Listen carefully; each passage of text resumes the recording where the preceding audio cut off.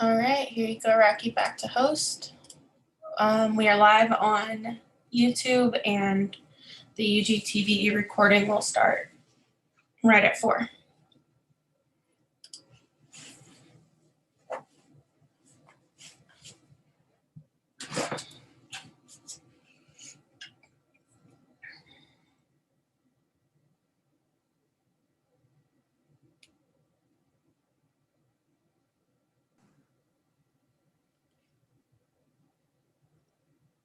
I always love that prompt where it says, you have been promoted to a panelist. I feel so special.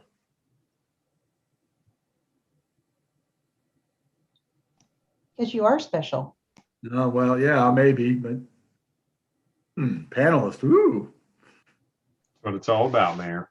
Making you feel special. I was hopeful that maybe I wouldn't be a panelist so I could just listen. It didn't happen.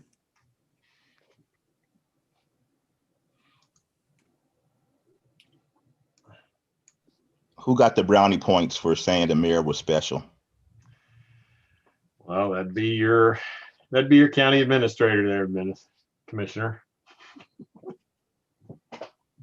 Harold, there are more brownie points if you want to say it too. I think I got all the brownie points I need right now.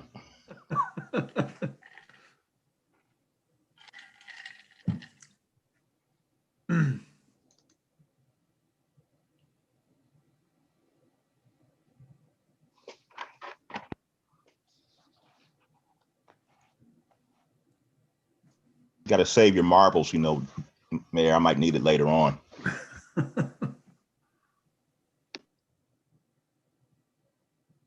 Marbles. I don't know that anybody, well, maybe people know how to play marbles. I'm sure everybody on this screen, except maybe one or two, know how to play marbles. I think Mike Kane knows how to play marbles.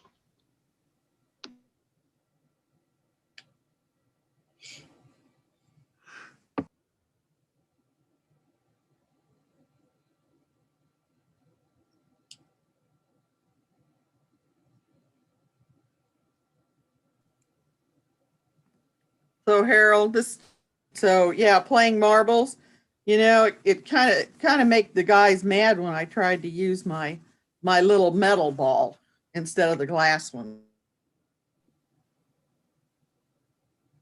Oh.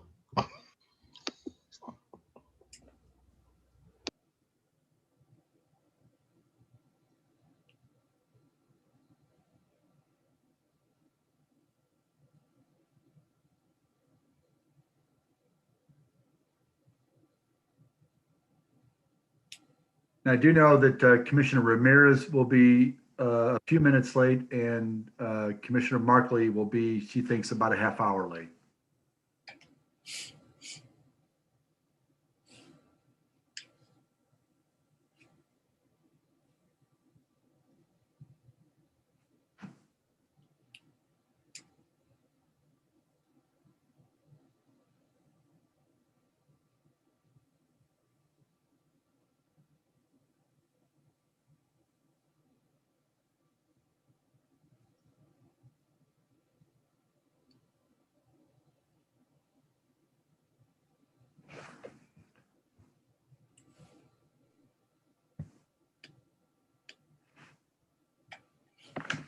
Okay, the UGTV recording has started, so we're good from my end. Thank you. I don't see Commissioner Townsend was she going to be absent today? She is absent today. Okay, thank you. And I think we're waiting for Commissioner Burrows. I just promoted him to panelist. All right, we get rolling. Thank you. Before I call the meeting to order, I want to announce that due to COVID-19, individuals are attending remotely. All participants joining by phone should mute their phones when not speaking to avoid background noise. During the meeting, please make sure that you announce yourself by name and title every time you speak so that the public that is participating knows who is speaking.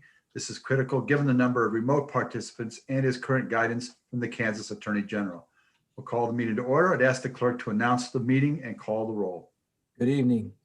You are hereby notified that I have called a special session of the Unified Government of Wyandotte County, Kansas City, Kansas, to be held Thursday, March 4th, 2021 at 4 p.m. regarding budget strategic planning. Roll call. Walters, Here. Philbrook, Here. Bynum, Burrows, Just a moment. Commissioner Rose, I think your mic.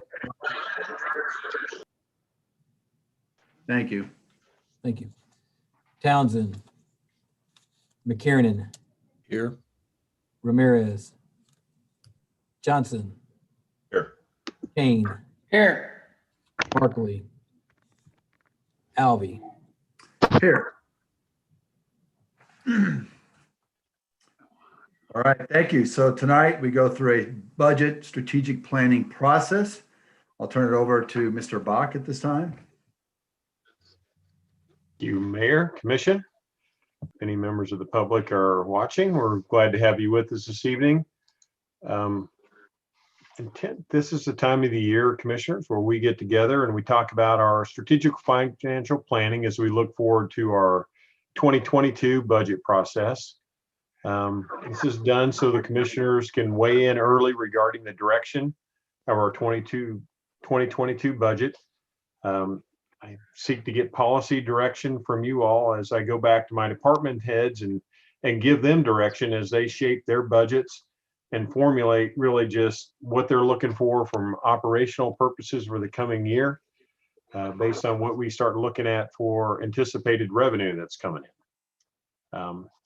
As you're well aware, we're virtual this year, but this is a big change for us in trying to move through a process like this. If I would have knew the weather was going to be like this, would have scheduled it over in the Rose Garden and we could have had a nice social distance open planning session to get around, but it's gorgeous outside today. So thank you all for being here with us as we go through this indoors.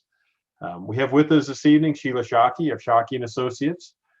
She's helped us work through the agenda that we're formulating. She's going to help facilitate our process this evening. We think also being virtual, Sheila's been through this with some other elected bodies too, so she has some good methodologies to help us work through this process.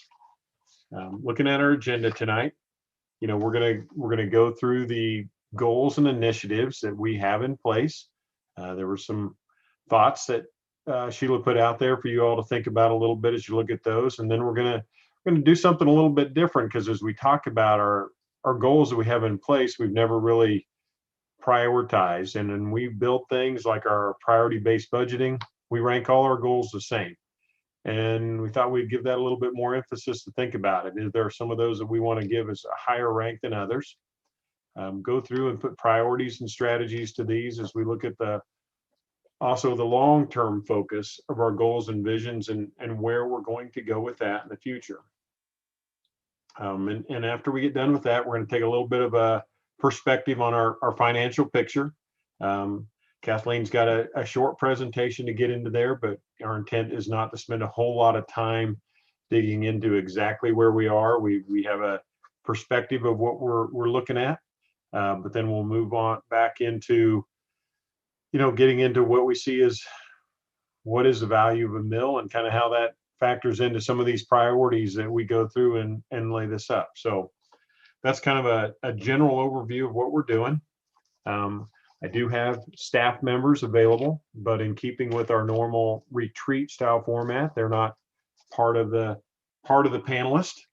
As you said, Mayor, they didn't get promoted tonight. They all get to sit back and listen, but if we have questions for them, they're available to us to ask questions and participate as needed to go through and help you move along by keeping information in front of you as you need. So looking forward to the engagement.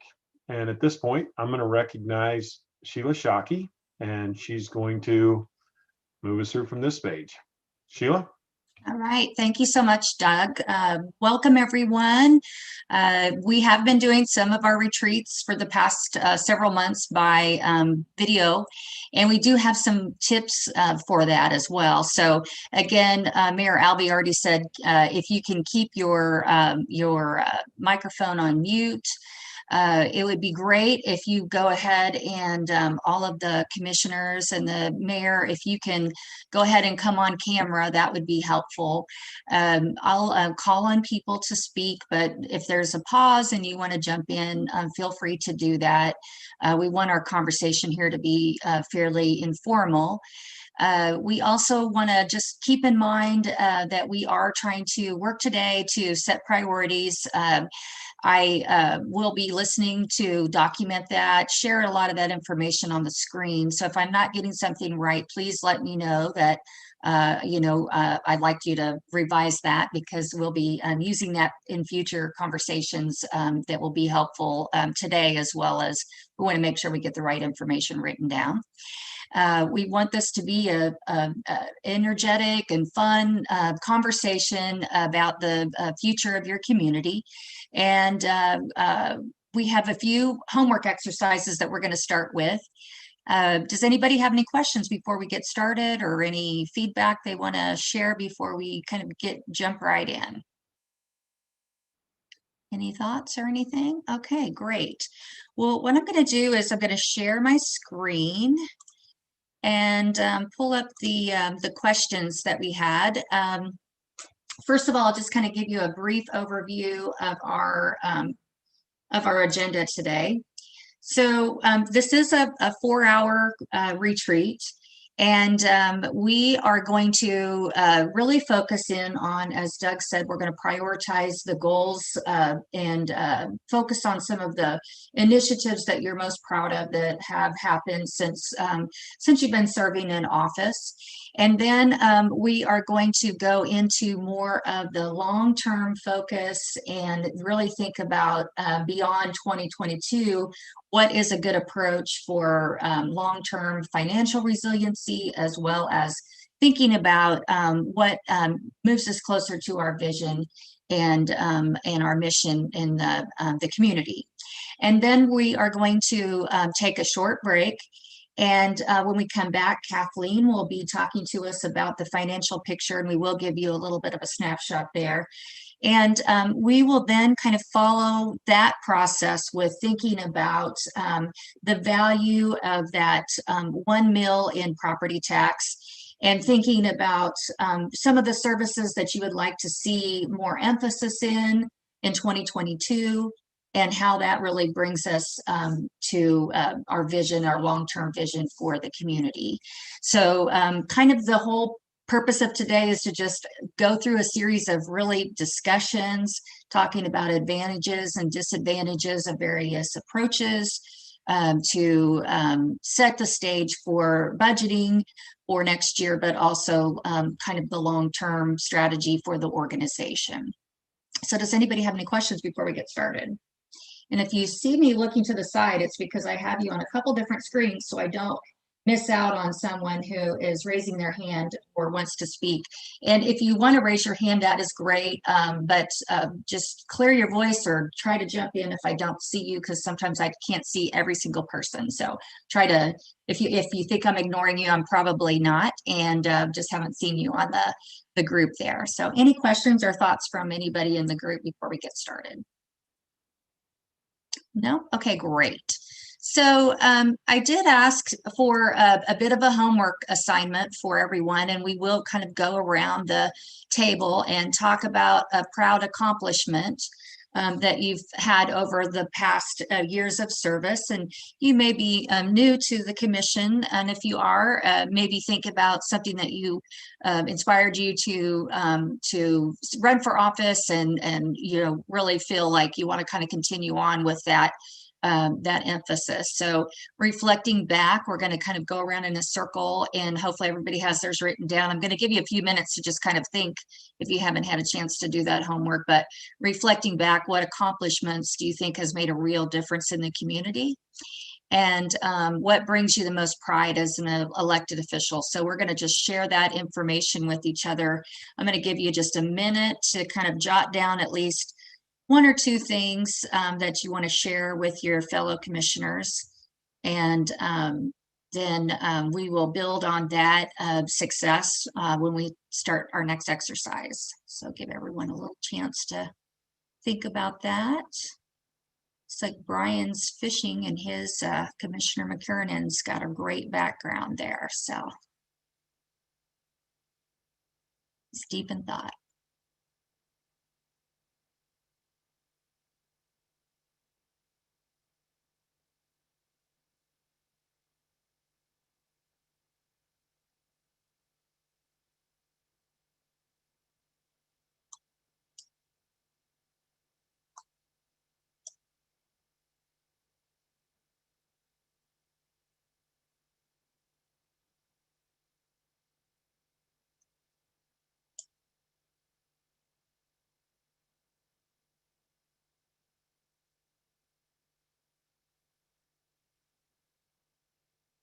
Okay, we're going to go ahead and start sharing our thoughts around the horn here. And I'm going to start with Commissioner Philbrook. Oh, big surprise. Yes, you're at the top left of my screen, so Well, that's what I get for being top left, isn't it? there you go. So one of the things that I'm most proud of actually began right after our 2013, and that is that Leavenworth Road project that's been going on for years. Well, it's not over yet, and we're still working. A perfect example of major infrastructure work and something that's going to last us for years. And so very exciting to have been part of getting that rolling, getting us working on it, and just to think about the number of people that have had to come together to make this work. It's just amazing. And the other part of that is so proud of my community because they all came together with the electeds and with administration and everybody that has done the boots on the ground work to tell them what they really wanted. They actually came to the forefront, worked with us, told us what they wanted, and that's really what I think about when I think about community and the UG working together to accomplish a lot. That altogether is what I'm definitely happy about. And I can also write in there the proud part because I am just so full of pride for the community that came forward. The fact that our community does come forward and will work on projects, will come to get an out that will help the whole community. So that's what's going on with me. Just beginning. Thank you. Great. Yeah, thank you. Commissioner Walters. Yes, so one of the projects that I think I take pride in is the juvenile detention facility. Not a glamorous project and not something that a lot of constituents probably think of every day, but I think it's something that was long overdue and former commissions did not accomplish it or take it seriously or feel like it was something that they needed to worry about, I guess. I can only assume that, but and as far as a process that I take pride in, our decision to reverse the policy that it precluded Land Bank from buying or obtaining parcels that had structures on it, I think was important and is part of the SOAR project that I think will pay great dividends. Great. So the land bank policy reversal to now allow the purchase of the properties if it has a building on it. Yes. Okay. Great. Let's go to Commissioner Johnson.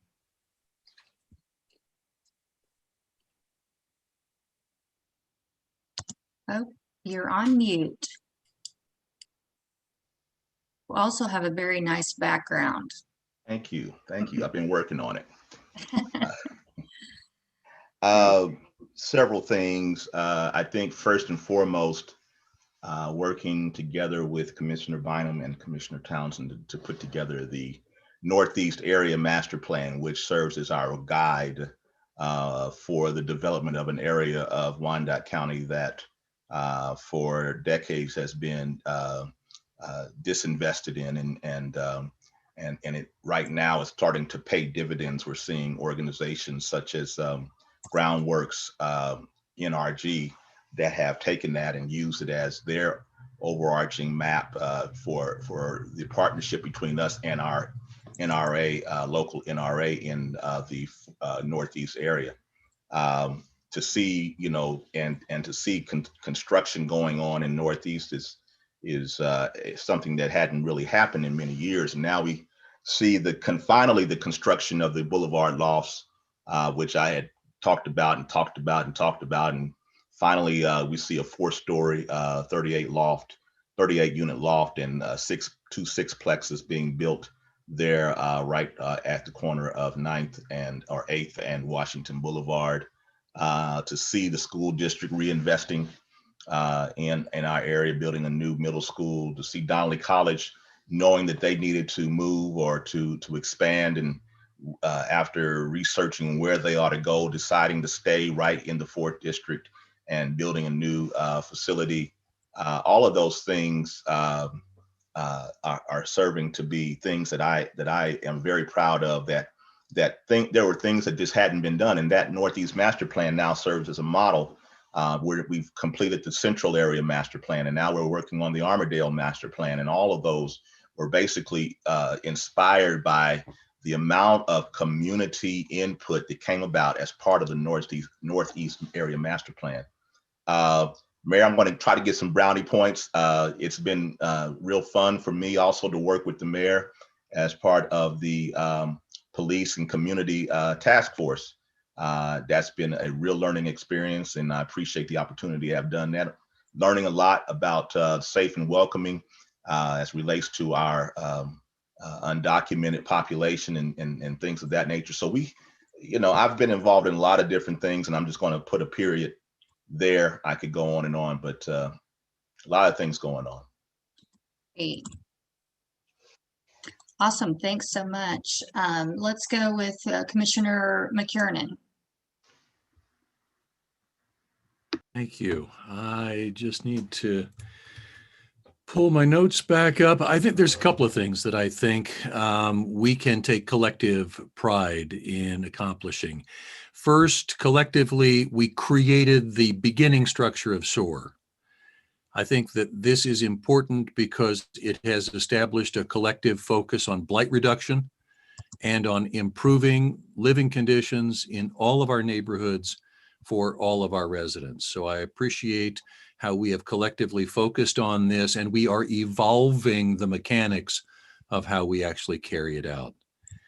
The second thing, I have to be honest, I don't remember what we've called the position, but I appreciate that Mr. Bach created the position that Rob Richardson is in now, who is our customer success liaison. I think that's really important because one of the important focuses that we need to continue sharpening is our focus on customer service and making sure that we are partners with all of the people in our community who can make the community stronger. So I really think that was a great accomplishment for us to create that position and put someone in the or give someone the responsibility of making sure we facilitate processes for especially all of our business customers in the county. Okay, great. How about Commissioner Burrows?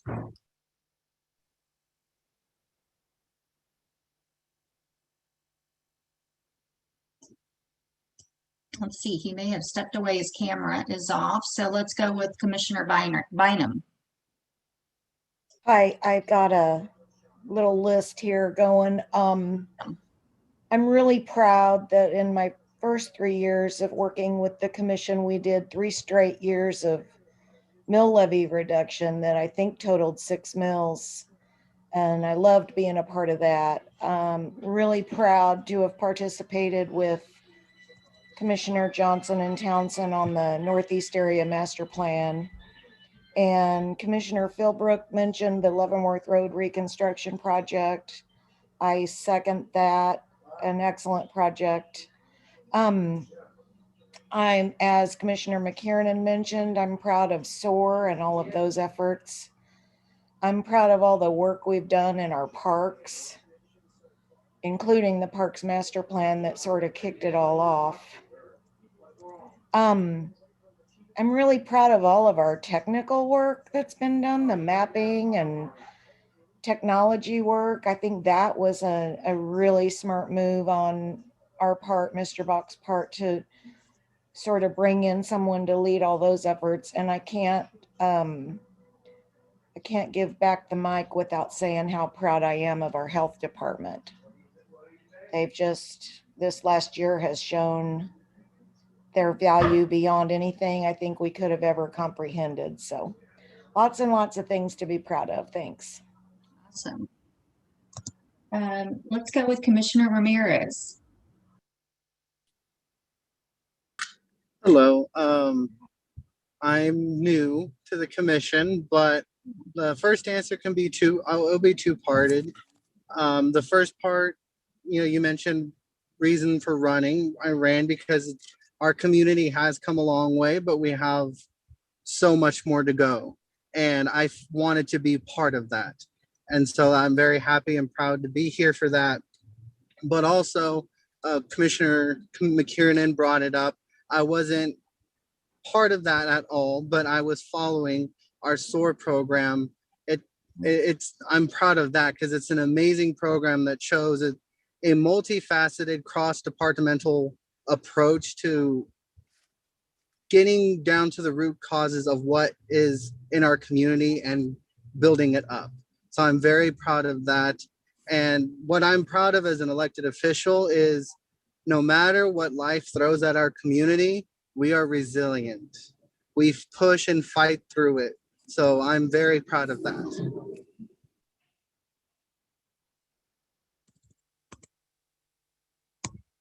Great, thanks so much. How about Commissioner Kane? Hang on one second. Okay. All right, did I get on there? Yeah, you're here. Welcome. Perfect. I think the first thing I'd like to say is I am blessed to have one of the most involved districts. They are not shy. They are very outspoken. They like answers, and they can help guide not myself, but the commission. I think, and I'm the longest standing commission, and I was there when we got the opportunity to pick the casino that fit best for the community. I thought that was an awesome pick. It's worked extremely well. Another thing that the renovation at 78th Street with the new mall out there, that was one of the very first projects we worked on. It's turned out fantastic. Also the much needed fire station out west, we got that done. And the widening of the roads, even at 78th Street, and just like what Commissioner Philbrook said, that involvement that she started heads out west. So I look forward to that. And then the most important one that I've done is when they named the community center after my mom out in Piper. Oh, that's nice. Awesome. So that's it. Okay, thank you so much. Commissioner Burrows, can you chat? It looks like you're at the State House. I am, and I apologize, members. We're getting ready to go into final action here on our votes for the day. I would just have to echo some of the comments that have been made by my fellow colleagues. I'm really pleased that we have the committed and qualified personnel throughout the entire governmental process at the UG. There's a lot of times there's a lot of criticism at times, but I would state that they are some of the best. I've really enjoyed getting an opportunity to get to know many of them and have much respect for the professionalism and the qualifications they possess. I also believe I take great pride in having the opportunity to review all of the legislative or all the post audits that are presented. And I would ask my commissioners that when I do bring questions forward in reference to budgeting, they're not just my questions, they're issues that have been identified through the post audit. And I feel it's a member of the post audit to bring that forward and communicate that with not only the commissioners, but with staff and the administrator. I'm also pleased that we've gone through the budgeting process that we're going to be utilizing to ensure that we look at those things that are important and mandated by law and by ordinance and or by statute to ensure that we do those first. That is our core responsibility. Anything and everything above that is what I would say an opportunity for us to govern. The tremendous amount of economic development interest in Wyandotte County is something that we can all take great pride in. And I'm also very excited that we formed a partnership with the Powell Center, not only for our public safety officials, but also for the kids of the community. It helps them learn and respect one another in a controlled environment that is conducive to them building long-term relationships. Great, thank you so much. And let's go with Mayor Alvey. Thank you. Well, I mean, everybody has touched on so many things. And I think that just demonstrates several things. You know, if you look, for instance, at the amount of economic development that has occurred in the county and is occurring in the city, it shows there is confidence in Wyandotte County, that people see that the opportunities to invest in our community, to bring jobs, to bring new revenues, to really broaden our tax base, that is a good sign for us. And that's happening all across the community. We need more development, obviously, in our older parts of town, but we do have staff that is, excuse me, working diligently to try and crack that nut of infill housing of sustainable neighborhoods. And that's built upon the SOAR efforts that began, you know, several years ago, that we really have to improve the appearance of our neighborhoods, code enforcement, you know, graffiti removal, you know, litter abatement. All those things are so important because when people come to our community, they need to see a community that is proud and takes care of itself. I'm proud as well of the way we're able to be resilient and to look at our problems in a straightforward manner. And so just, again, looking at where we are financially and saying that we're willing to make the hard decisions necessary to put the investments that are going to continue to grow this community, so the place we can be more proud, that will improve quality of life and continue to attract residents and businesses. And so I'm proud of the efforts of so many people that are just committed day in and day out and show that through their hard work. Great, awesome. Thank you. Doug, how about you? Do you want to share any of your thoughts on what the commission's accomplished over the past years or so? Sure. Of course, I've been around quite a few years, I guess, to see through it. And a lot of these weave into a lot of the comments that the commissioners made. And I think one of them, you know, is brought up about development. I mean, years ago, we couldn't get a developer to talk to us in our community. And now we have developers interested in doing projects across our whole community. So that's such an important thing. I mean, it's been one that's taken years to move from a focused interest when they started in the Western area, but that has really led to the opportunities to see some of the things that were identified by commissioners today. So now we have projects from east to west, you know, down in the southeast corner, moving an area. We have midtown projects. So it's the interest that's there throughout our community now versus none to being very isolated in what it was. I'm also going to note that I think we've had the opportunity because of, I think, a progressive government that we have here that shows good leadership from our elected, that have been able to attract in great talent to work for the unified government and put in play, you know, our a lot of programs that we're doing. And if we didn't show that kind of progressive government and what we were doing, and in a challenged environment, because we're not one that I can attract it from a high pay scale. It's people looking at things to where they think they can really make a difference and improve, and know that there's going to be support from an elected body to help them do that. So that's been, I think, a really big step for us. It's made a lot of moves over the last years going forward. Great. Does anyone else want to share one? Did I get everyone? And did I get everyone? Is that the group that's here today? That's it. I'll jump in, and I forgot Okay. because, Yeah, I was gonna say, does anybody have any other ones they want to share? yeah, Commissioner Kane mentioned naming the community center out there.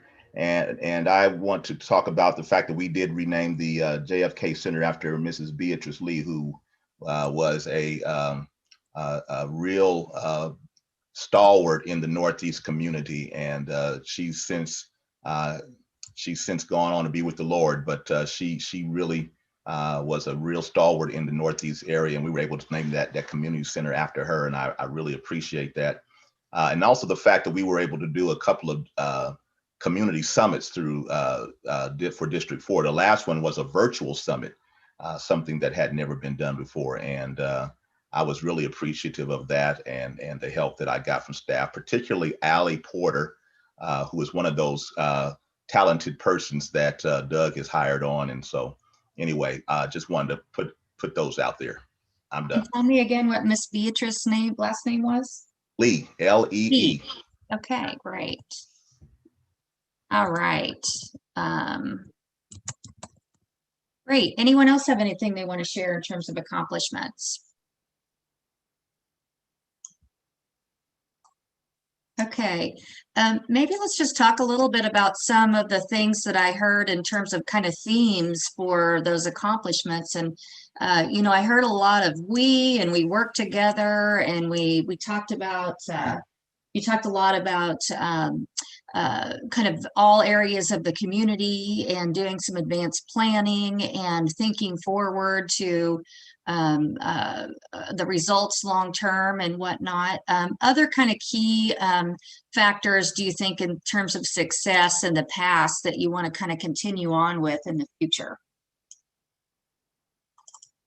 Commissioner Bynum, I think it might be worth noting that our departments are talking together and working together and coordinating. I think that's been really critical to a lot of our successes. So you'd like to continue to see your staff collaboration moving forward. Other thoughts in terms of kind of just general approaches that you think worked in the past well and you want to see that in the future?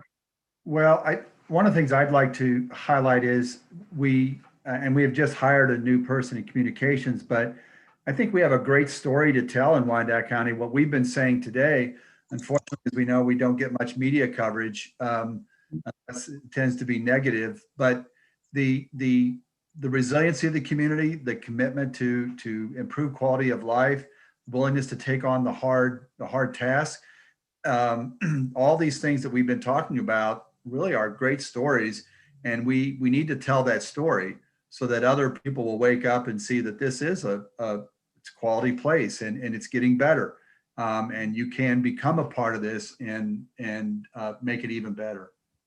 Great.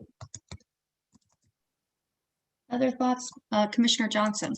Yes, continuing to build our financial capacity, both as it relates to our reserve balances, as it relates to our commitment to do everything we can to not have to raise taxes, and to try to navigate that path is not an easy one, but this commission has done a good job. I want to see that continue, and I want to see us continue to build up our credit rating and all of our financial indices, so that we will be able to be a benefit to our taxpayers. Great. This is Commissioner Philbrook. Something that's been woven through all of this conversation and hasn't really been explicitly said yet, and that is the diversity of our community. We are so diverse that we have the opportunity to be much more balanced than other communities, because so many people involved that have diverse education, diverse experience, diverse skin color. That makes for, in my opinion, the opportunity for a much more balanced community. So that's why we're use it even more to come forward with our ideas and how we have that more resilient and happy and safe community to be part of. And if you'll notice, most all of these communities, the little stars in our crown around the different areas are the communities that have done better, is because a lot of the people have come together in those communities and worked hard, like the Northeast in little areas, and the Leavenworth Road little areas, and Turner and in small areas. So we have community, and there is no question that community is our strong suit. And I think we just need to use it more and more. Great. Wish I could have hit a like button for that. We don't have a like button or something. I don't think you can't do a reaction and put your thumbs up, but you can just maybe do a little smile or something there to give people encouragement. That'd be great. Other kind of general themes that you'd like to see moving forward when you reflect back on your accomplishments over the past years.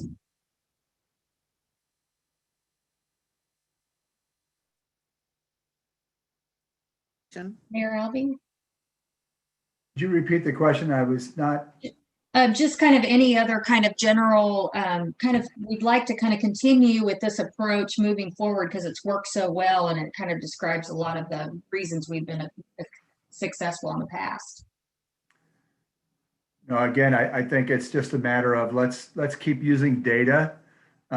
We need to let what is come forward to us, and not look at it, not try to avoid it. Just let it speak to us. And then as we see things as they are, I think it will move us in the right direction. And we will be able to see what the priorities need to be, what our strategic investments ought to be. And then also it will help tell the story to our community. Great. Awesome. Anyone else have anything on the accomplishments before we go to the next agenda item? Okay, great. As you can see, I'm taking down your notes and information here on our shared screen. And later on today, we'll be talking through some of that information to make sure that we're kind of keeping track of the things that helped us do well in the past and taking that approach forward in the future as we kind of set priorities and think about the future. And so the next item that I want to talk about here is goal prioritization. And you set these goals quite a while back. I was going to look up today. I forgot to do that. What year we worked together to set these goals, but it's been a while, and many of you were involved in it. And then we did a kind of another update and review. The staff has done an excellent job of working together with you to try to fill in a better description of what some of these goals are and what they mean in terms of programs and services. And then an emphasis on infrastructure was added in the past few years as one of the goal statements. And so just kind of going across the top, we've got reduce blight, increase economic prosperity of the community and the opportunity for our residents, increasing safety and the perception of safety, improving community health, improving customer service and communications, increasing community cohesion, and then of course, improving infrastructure. So as we kind of think about these goals, a lot of them are very interconnected.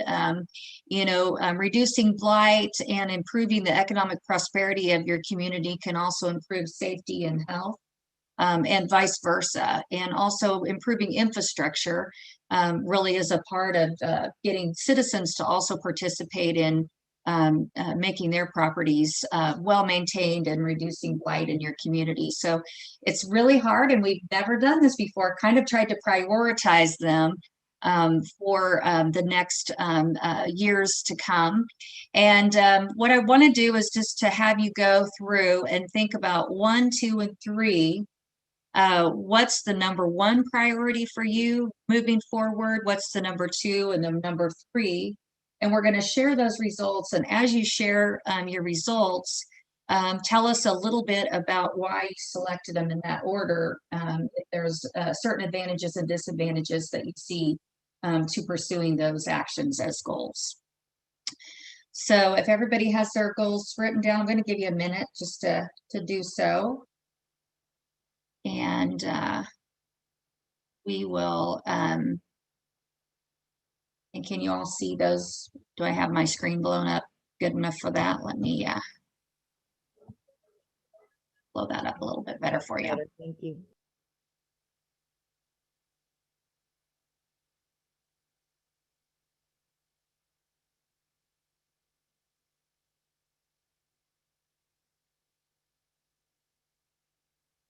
Okay. And let's go ahead and get started with Commissioner Bynum. Tell us what your thought process is in terms of goals 1, 2, and 3 for these items up here. Community health is goal number 1. Obviously moved to the top of my list due to the pandemic. Economic prosperity is my second choice. And frankly, in number 3, I'm kind of tied between blight reduction and infrastructure. Okay. So let's see, blight was number 3 or infrastructure. Do you want to make a decision? Should we go back and forth? What do you think? I'm sure others will say infrastructure, so I'll say blight. Okay, I like that. We're getting some different, playing the games here. We got to figure out how to get your numbers up. So, and then the middle one that you said was, the economic prosperity. Yeah, okay. All right. Okay, and maybe just talk a little bit about why you selected those and what your thought process in terms of connection of those items are. I personally think economic prosperity and community health are tied together pretty tightly. And I've kind of been of the mindset that increasing economic prosperity goes a long way to increasing community health due to the fact that it definitely helps people get access to health care.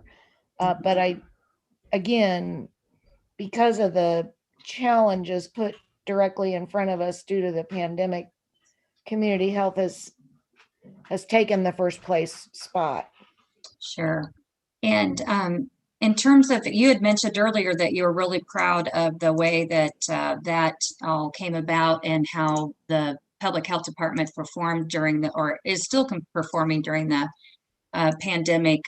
What are some of the things that you would like to see them continue doing moving forward that you want to see some additional emphasis? I think our public health department knows what to do. I think it's a matter of those of us in leadership providing them the resources that they require. Great. That's it. Okay. All right. Let's go with Commissioner Johnson next.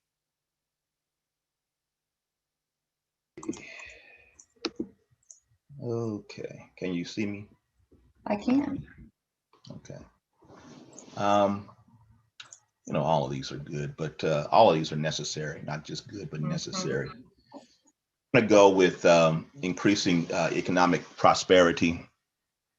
And as one, I'm going to go with improving infrastructure because Commissioner Bynum chose not to as number 2. And I'm going to go with increased safety and the perception of safety as number 3. Okay.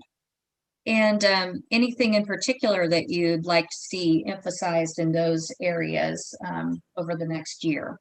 I think we have to continue to leverage the successes that we have had economically out west to help build up our eastern side of Wyandotte County, the older side of Wyandotte County. And and thereby building up the quality of life the mayor speaks about. We have to build up the net worth of all of our constituents And we do that by providing job training, first of all, jobs that are above minimum wage. We have to continue to prepare Wyandotte Countyans for the jobs that are here in Wyandotte County. We don't have to send them out. Persons are coming in. I keep us just stand on this soapbox until I get blue in the face, if that's possible. Persons are coming from outside of Wyandotte County into Wyandotte County, getting some of the top paying jobs that the state of Kansas has to offer, and then traveling back out and spending sales tax, property tax monies in other communities, while Wyandotte Countyans are driving to those same outer counties for lower paying jobs. And our median income level is at one of the lowest in the state of Kansas. We've got to continue to bridge that gap, no matter how long and how arduous it takes. That's just going to be one of my pet peeves, and until I'm no longer on the commission. So that's one. Thank you so much. Let's go to Commissioner Walters, and welcome Commissioner Markley. We are prioritizing the goals that have been set in the past. And so if you want to take a second to kind of be prepared to think about 1, 2, and 3, your priorities, and then give us a little bit about the connection there or what you'd like to see emphasized. So Commissioner Walters. Number one, I have increased economic prosperity, and I choose that one as number one because it touches so many elements of our community. It affects people's health, it affects people's educational opportunities, it affects so many things. And if we can tackle that and move the needle on that, it would be great. And the lack of prosperity in our county is one of the things that's holding us back. So I like the fact that we've had economic development, jobs, and the various things that Doug Bach talked about earlier. Our county is more competitive, and people are seeing an opportunity here. Hopefully that will translate into jobs for our residents. And I also include in this category lowering the tax rate, which would increase economic prosperity for all of our residents. If we can eliminate some of the things that are driving our mill levy so high, I think that would be a great benefit. Number 2 is blight. And I put that there only because we have blight all over our county. And one blighted property affects all the adjacent ones, as we've talked about so many times. And if we could continue to make progress on eliminating that, I think it will have a great impact on property values, on quality of life, and a lot of the things that we experience day by day. The third is increased safety and perception of safety. I think as you get outside of our county, we have a reputation of not being a safe county. So maybe it's a perception thing, maybe it's a real thing, but whichever category it falls into, that's a priority for me. Great, thank you so much. Let's go to Commissioner Philbrook.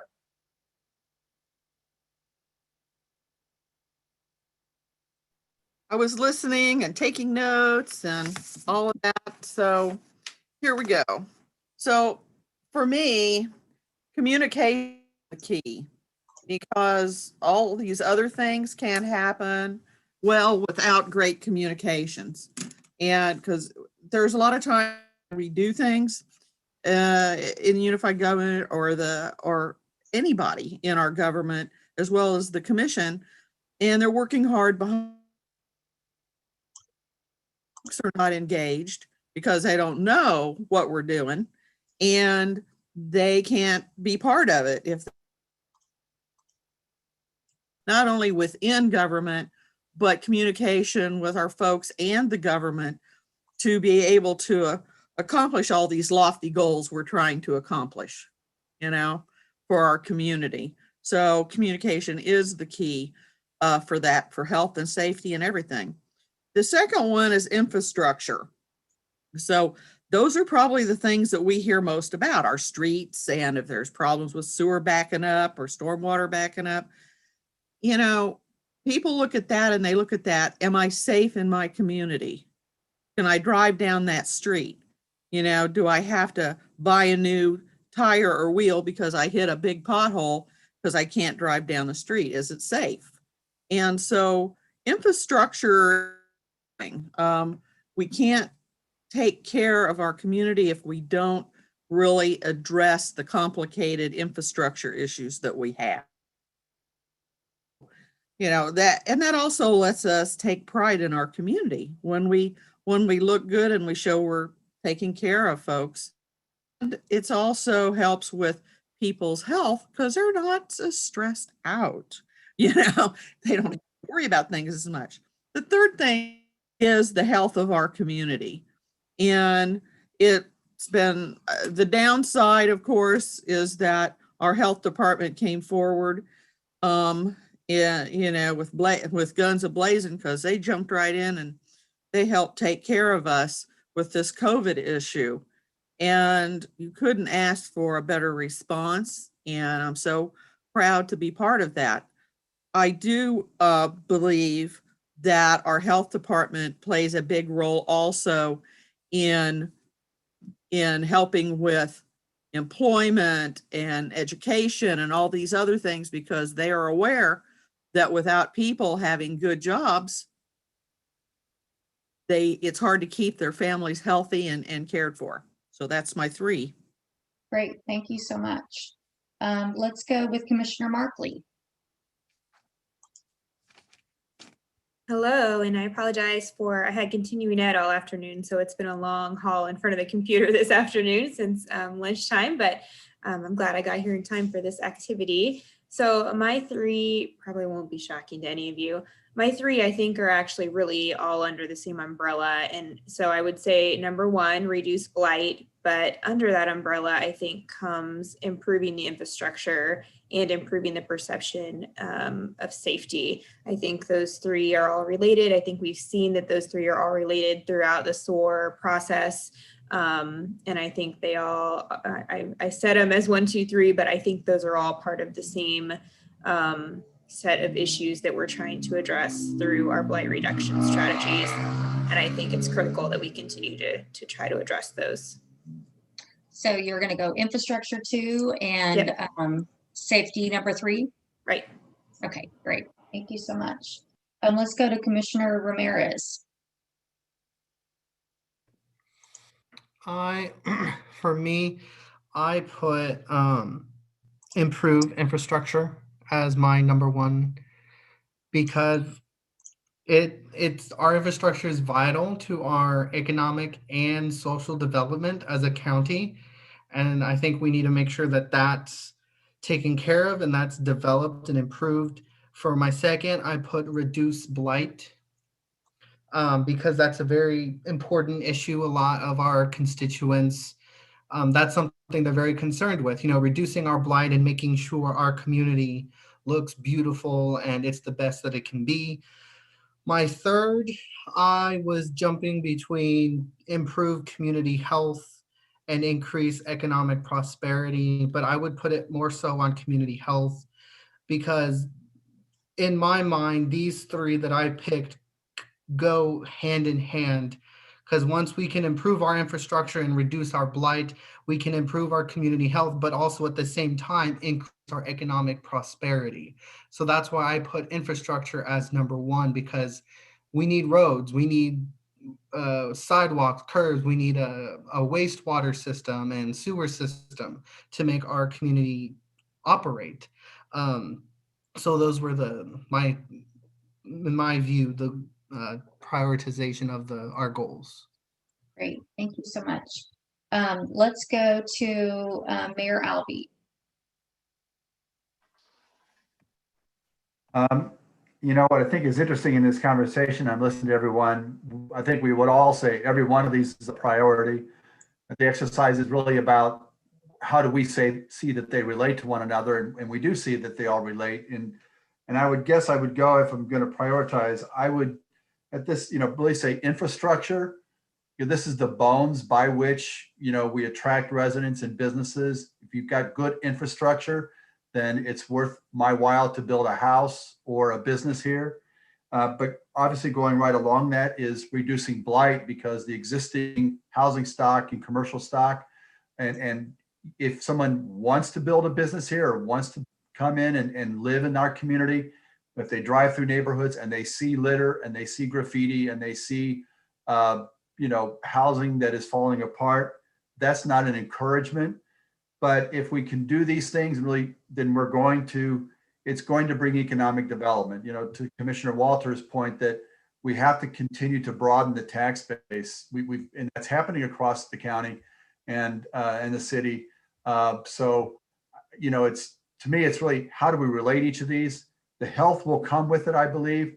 But we really need to build wealth among our residents. Back to Commissioner Johnson's point that, yeah, you can make great wages here, but if you don't live here, it's not directly benefiting our community as much.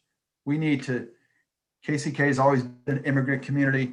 We need to make sure that this generation of immigrants, their next generation, builds houses here close to their parents and their grandparents and so on, rather than moving out. Great. And so you want to put that on economic prosperity number 3? Okay, great. All right, let's see. Commissioner Kane, how about you? I got a short term, but it's very, very important. Shots for all of Wyandotte County. I know that we're doing it by zip code. And when I asked about it the other day, why would you do that? They said, well, we're going to do this. And district or 66109's had more shots than anybody, but 66109 has all the public safety, school teachers, sheriffs, police. So I think we need to push, call the governor's office, call the Pope, call whoever we got to call to get as many shots and share them with as many people as possible. So that might not be in the 3, but right now that's the most important thing to me. Okay. Another thing that we're doing is I don't think we do a really good job going into the high schools and junior highs and recruiting people to work for the city for the public safety jobs, and then also working with the community college, because you can go to the community college and learn a craft and go into skilled trades, and not everyone's going to go to college, so, and some of those jobs pay more than the folks that with college degrees. So we need to tap that resource. And then we need to hire more people that live in Wyandotte County and quit pulling people from other communities to come here. Because when you don't know the community, if you don't know what it looked like, 10, 20 years ago, it's completely different now than it was then. And we have to do a better job of attracting our kids to these good jobs that we have. Another thing, and I'm glad that we got this restart Wyandotte County communication. I think that's fantastic. And everybody said, well, go to the computer. You cannot believe how many people, including my wife, who when she gets home, she will not turn, she works on 2 of them at work. She's not gonna turn it on. And several people don't have them. So we need to continue this type of communication so everyone understands, because when they tell you to call 311, 311 works sometimes and doesn't other times. So it's frustrating to people. And you all know this last one's going to be a park out west. Okay, great. All right, let's see. Who have I not gotten yet? Did I get everyone? Oh, Commissioner Burrows. Thank you. First and foremost, I think one of the couple of things that we need is our public safety and citizen relationship building. I believe that's extremely important. It addresses some of the questions and comments that have been made by those speaking earlier in reference to the image we have. I really believe we need to work on enhancement of our public image, not only within the communities, but specifically around the metropolitan area, if not the state. And I think that begins honestly with us as commissioners. And so I'd like to throw out that we need to work on our commission synergy I sense at times that we are more divided than we are united. Our votes may show that we're united, but I think at times that we don't have enough communication. I would say maybe forthright, honest communication with everyone collectively. And this has been a unique time. COVID hasn't allowed us to get together like it has in other opportune times, but it plays into our boardsmanship and how we run our committees. It plays into how we treat our fellow commissioners as well as our staff, and it develops the administrator and commission relationships. So if that synergy is there and it's visible, then I believe it goes a long way to addressing some of the aspirations we have as individuals to enhance our community image. And the other one is I'm absolutely about lowering our taxes and our debt. I'd like to see a responsive, stable budget process that allows us to provide the services that we are mandated and obligated to provide the community. But I would like to see us do it in a responsible manner that is respective of their tax dollars. Okay, great. Thank you so much. Did I miss anyone? McKiernan. Okay, there you go. Yeah. Can you help us there and give us your top three? I thought maybe you had intuited that my top three are Commissioner Philbrook's top three and decided, I don't need to call on him. I'll put him on here now. Actually, I didn't sleep last night hardly at all, so I'm a little out of it today. So if I miss something, you all just keep me honest, okay? Well, I'm going to say that my number one is improve customer service and communication. Okay. At our core, we are a customer service organization. I think if we can improve our communication and increase the community understanding of our shared challenges, then I think we can recruit our citizens and our business people as partners in creating shared progress. If we can improve our engagement of and our support of our citizens, our customers, then I think that actually will go a long way to helping us accomplish all of our other goals. So I have that as our number one. Number two, I have improve our infrastructure. Our infrastructure is failing, and I do agree with Commissioner Philbrook that solid infrastructure is the key to a quality residential life, and it's key to economic success of our business partners. So I'm going to put that as number two. Number three, and after this year, it really could be number one, but I'll slot it number three, is improve community health. I think that especially after this year, we recognize more than ever that the health of a population has a powerful influence on both the social and economic accomplishments and successes of that population. And I think sometimes we tend to overlook the fact that improving community health is so much more than personal health behaviors and access to clinical care. And so we need to focus on the broad picture of community health. And if we can embrace that, then I think it will help us again accomplish our other goals like improved economic progress. Great, thank you so much. Okay, so it looks like really, again, this is a really hard exercise to do because all of these things are important. Probably at the base of most of the discussion really is you have to have your community on board and together. So we don't want community cohesion to feel left out, but maybe that's something, as you talked about in your accomplishments, that you're kind of there in terms of your community works together and partnerships are built and that sort of thing. But it looks to me like there's kind of a split really between kind of reducing blight and improving infrastructure. And so what I'd like to do now is just talk a little bit about maybe how the two of those are connected and what you see in terms of importance there for 2022. What do you think is needed in terms of emphasis for improving infrastructure and reducing blight? And I'm going to move these dots out of the way so that you can see the items that are underneath of it, because I think those are kind of helpful ways to think about the different elements that are within those goals. Sheila, if I may, I would just like to comment, we have all these priorities. We put together these priorities, and I think we all decided these are all priorities that need to be carried forward. And it's not that we wouldn't obviously believe that community cohesion is important, but it's really about how all these things work together. So just want to put that little caveat in there. For sure. I know the initial discussions when they were developed was just really kind of it. We have a graphic that shows it's really a wheel. Those things all work together as a wheel.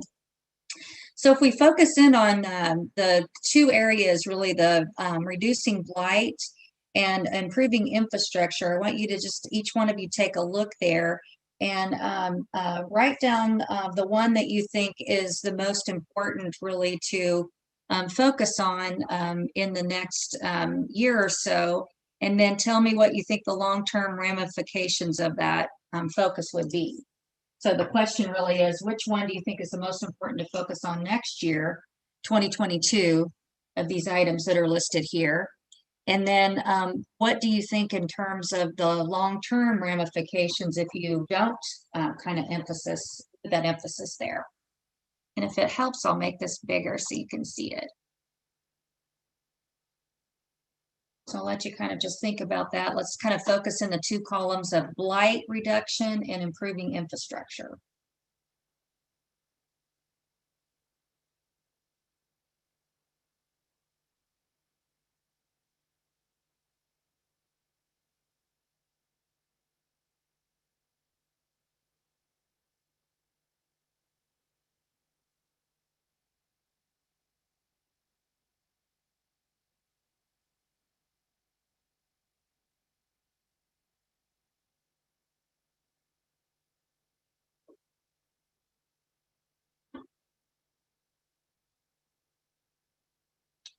Okay, and we're going to start with Commissioner Johnson. Let's start with you. And why don't you tell me in the two columns you have listed here, improving infrastructure and reducing blight, where do you think the emphasis should be in 2022? And what are the consequences of not increasing kind of the focus in that area long term? This is hard. Just pick one. Yeah. Reducing the number of tax delinquent properties, I think is key. And we are already seeing the ramifications of having properties that are not on the tax base. And so I think as it relates to my whole point of economic prosperity, and I would say also economic dignity, that we've got to continue to work towards reducing the number of tax delinquent properties. And again, this is with all deference to the fact that we are still in pandemic. We're coming out of pandemic. Economically, times are hard for people, and in communities like ours, it is reflected the most. But I would still say that we've got to continue to do what we've already done, and that is to reduce those numbers significantly. As it relates to improving infrastructure, I haven't had a chance to really look at that. Well, we can come back to that if you want to think about it a bit, but it sounds like the kind of the consequence there, if you don't really kind of deal with the delinquent taxes, you don't have resources to do the rest of the things here as well. So, great. Okay, how about Commissioner McKiernan? What do you think in terms of these two columns, the items underneath of it, areas of emphasis for 2022, and what are the trade-offs of not taking that approach? So do you want me to pick one of the subheadings or just one of the between the two? No, subheadings, I'm sorry. Yes, the subheadings. What do you think is most important to work on in 2022? And if you don't kind of put your emphasis there, what's the consequence?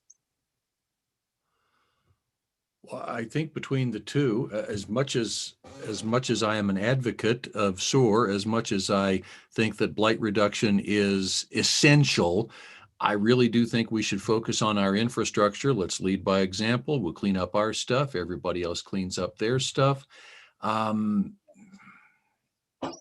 kind of proper maintenance of the infrastructure and that's kind of what you're thinking? Well, yeah, the ongoing maintenance. I mean, making sure that streets, curbs, sidewalks, alleys, sewers are all in good shape and functional. I mean, Public Works has effectively told us if we don't pay improved attention to our infrastructure, if we take streets, we'll have a system of gravel roads in 10 years. And that certainly is not going to help reduce blight if our own infrastructure is becoming frayed and decayed. And so I think that's where we should put our emphasis. Great, thank you. Commissioner Walters, what do you think? Subheadings under here, areas of emphasis for 2022 and long-term consequence of not taking that action? Well, I guess I see it a little differently than my good friend Brian.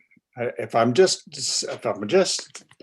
trying to choose between blight and infrastructure, I see reducing blight going first, because in my mind, that would give us the economic opportunity to address infrastructure. On the other hand, if we go in and improve roads and improve curbs and improve storm sewers, does that automatically reduce blight? I don't know that it does. So from my standpoint, I would have to vote for reducing blight as the thing we should do immediately. Any of those sub areas that you'd like to see more emphasis put in? I know SOAR kind of emphasizes all of those things, but anything that you'd like to see that's most important long-term that you'd like to see some emphasis, additional emphasis? Well, I think the low-hanging fruit is trying to take care of abandoned buildings and vacant buildings. I think that would be the thing that we could continue to improve on immediately. Great. Okay, thank you so much. Let's go to Mayor Albee.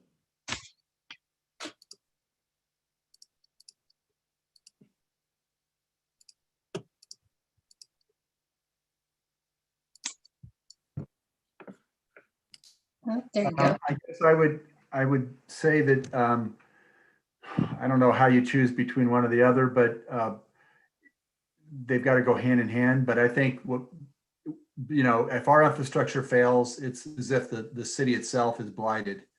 And that communicates to homeowners and businesses and investors that if I build my house here or buy a house here, or if I build a business here, I'm not going to be able to be sure that the storm water is going to be taken care of, or the roads are going to be taken care of. And so I think if I had to choose, I would go with infrastructure. Again, it's like the house. If you don't take care of your roof, I'm going to get a leak and it's going to cause other damage. So I can't buy a new lamp as long as my roof is in bad shape. So I think the bottom line, what really will generate growth is going to be the infrastructure investment. Sheila, I just want to get clarification. I thought you wanted us to pick a subtopic under each, under both infrastructure and reducing blight. I thought you wanted to pick one from each one of those. I'm asking people to kind of select one under at least one. So if somebody has one that they want to add to the other one, that's true. So I was going to follow follow on here. I was going to ask Mayor Albee. So proper maintenance of infrastructure, that's kind of what your emphasis area you think needs to kind of that basic, keep the house well maintained. And yeah, again, I just draw the analogy. If I get my engine oil light is on, I've got to take care of the oil. Otherwise it won't make any difference if I put a new stereo in it. Or you could just put a piece of tape over that light, like I do, and crank your stereo up. But then your car breaks down. So good analogy. When they call those idiot lights for a reason, I'm the reason. What is this? So, yeah, so, okay. Commissioner Philbrook. Yeah, so I mean, I do hear people complaining about codes on, so blight, that sort of thing. But when I stop to look at my imagination goes wild on this, because I think about infrastructure. I think about everything we do as the city, the UG, to keep our streets safe, help provide the safest community we can. And, with our infrastructure, if we don't a good infrastructure, then, for instance, like a couple of other people met, why would I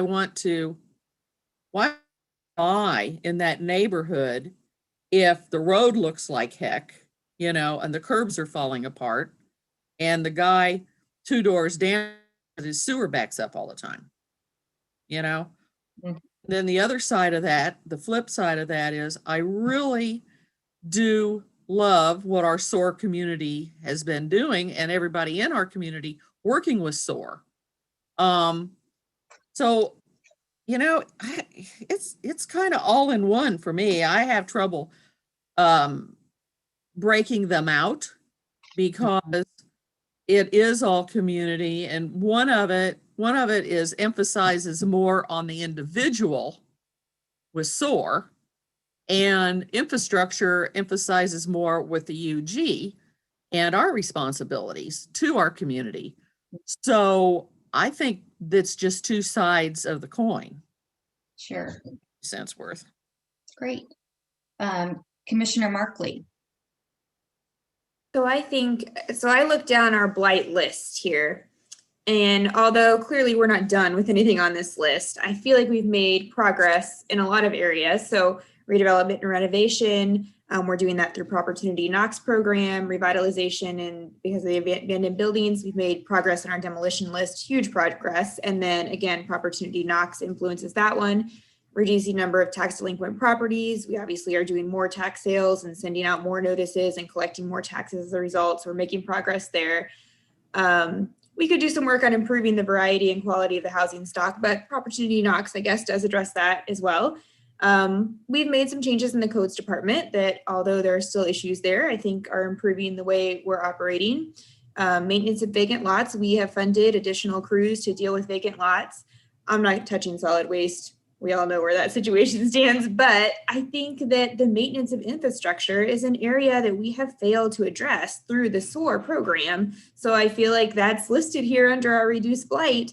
We haven't had the funds to do anything with infrastructure. We haven't placed that as a priority. So again, none of these are checked off like finished, like we never have to worry about them again. But I feel like that is the area of blight reduction that we have not been handling. And so then I look over at the other end of our chart here on the improved infrastructure, and I'm like, that's it. That's the priority. And it's a priority that is also lumped under that reduced blight column.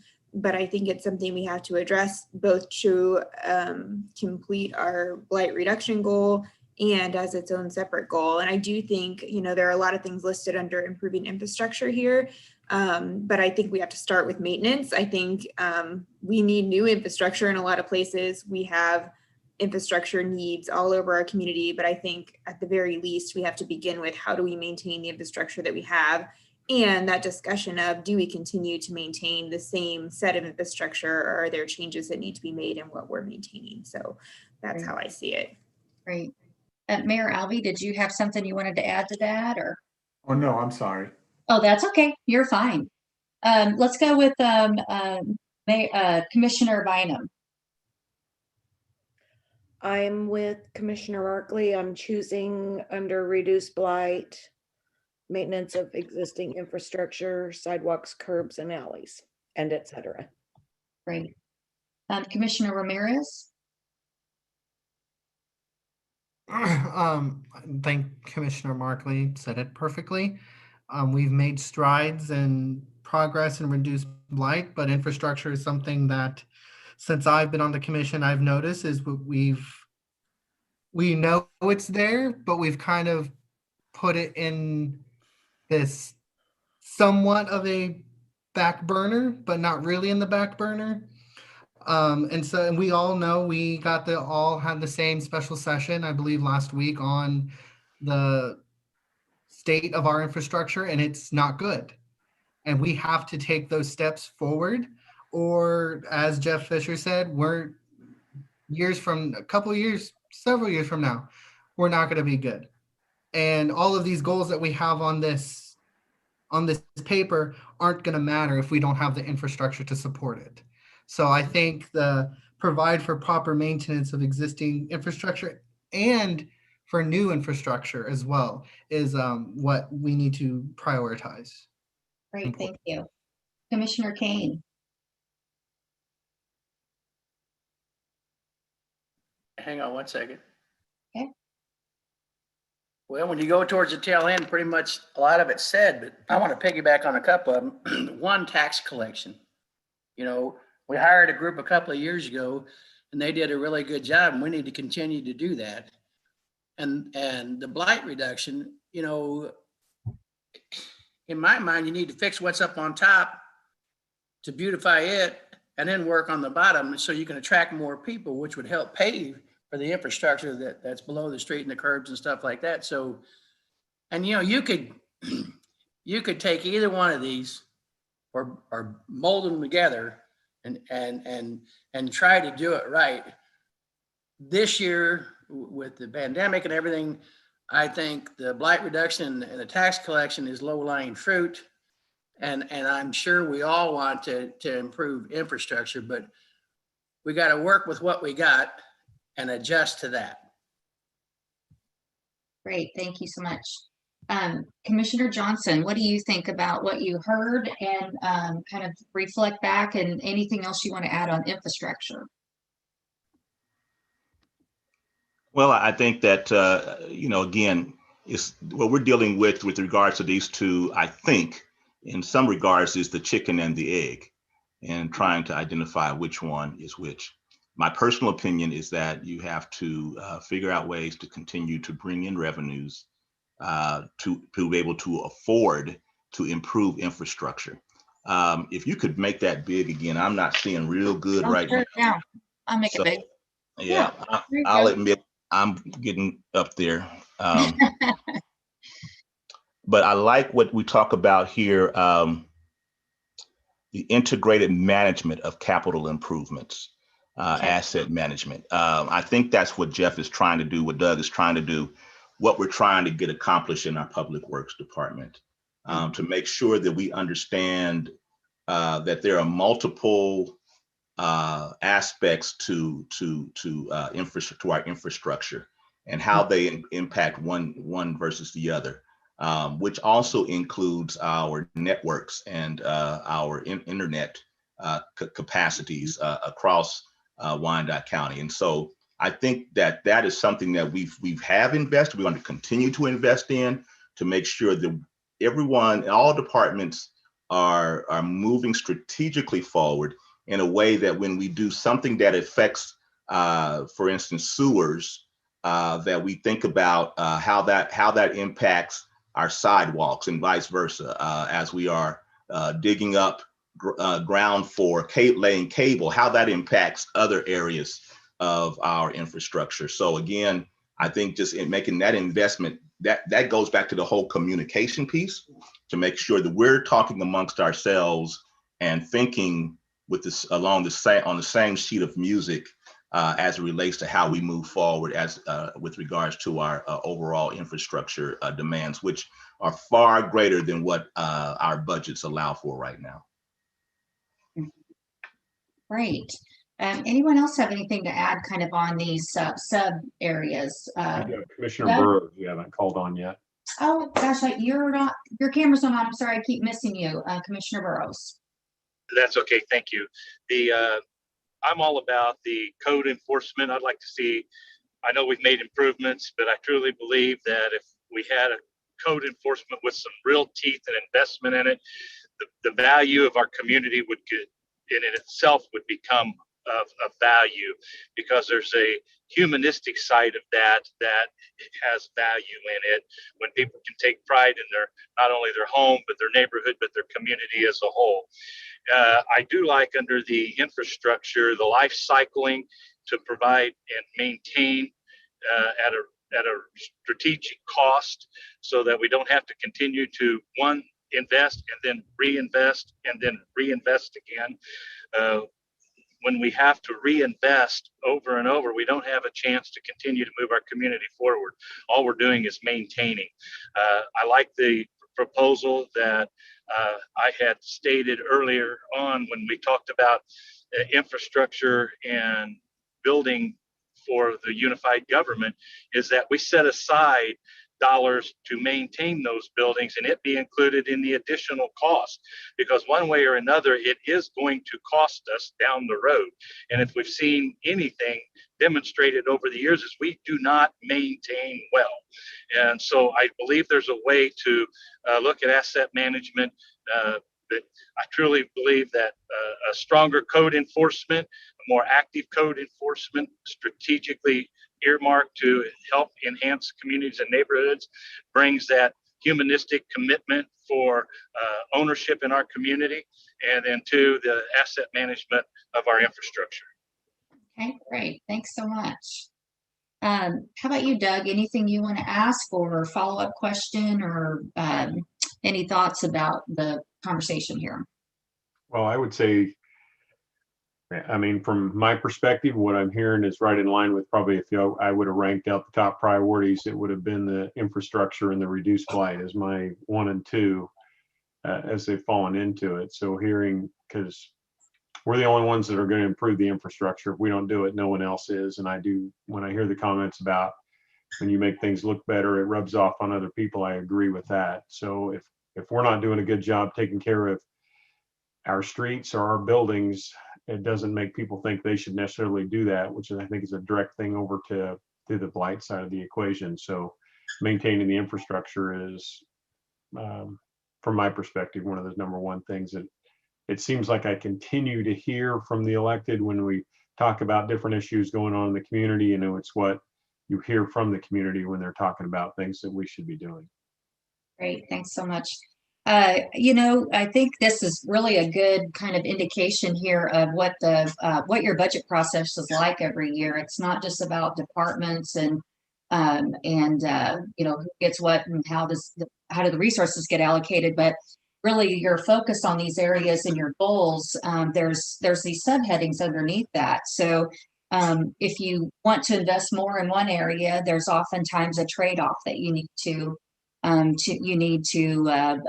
realize and identify. So I'm going to leave this up here for a few minutes. And the last thing kind of on this part of it I want you to do is to take a look at all of the items that are subheadings under the major goal headings. And where would you like to spend less effort in the next year? Where are these, what items in terms of these that you think, you know, we don't need to probably put as much resources in? And then tell me what you think the long-term consequences or benefits of that approach would be. So this is going to be a lot harder probably than picking the one that you want to spend more money in. So let's take a few minutes just to think about that.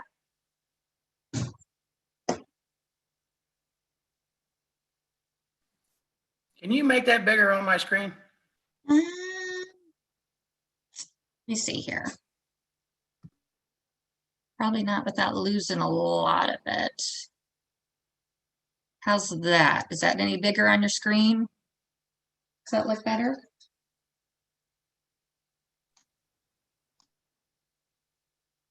A bit better? It's a little bigger, yeah. Okay.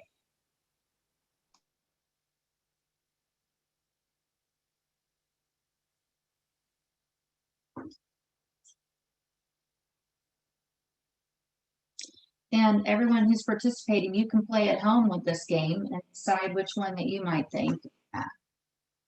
Share it with your coworkers. You're probably going to have to go through this process during the budget.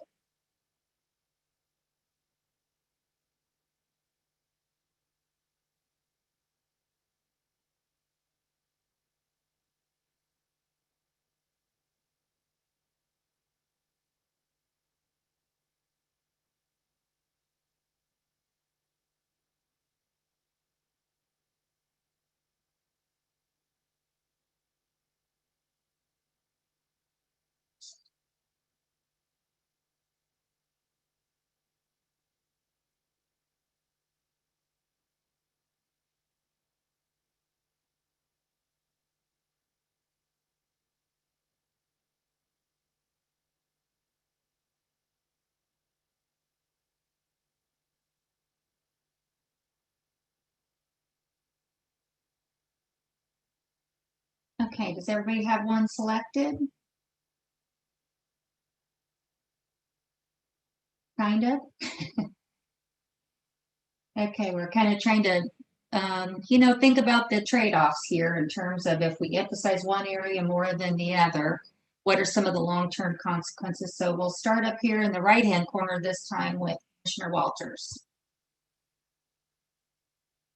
I'm sorry, am I supposed to find one in each of these categories? Just one, just pick one that you think. Oh, just one Okay, yeah, just category. one. If you've got more though, you can share more. Okay. Well, one of the things that I noticed in the increased safety and perception of safety category builds an informed, engaged, and educated community that shares in the responsibility for its safety and well-being. I'm not even sure I know what that means. So that's the one I would pick in that particular column. Okay. And I don't know for certain, but I don't know if Doug, you want to address this, but it's probably like your neighborhood watch and kind of community of policing approaches where you're partnering with community organizations and individuals to help prevent crime, that type of thing. Is that kind Yeah, of it kind of crosses over into that area of making sure that people understand what the efforts are in law enforcement, I think is what was intended here.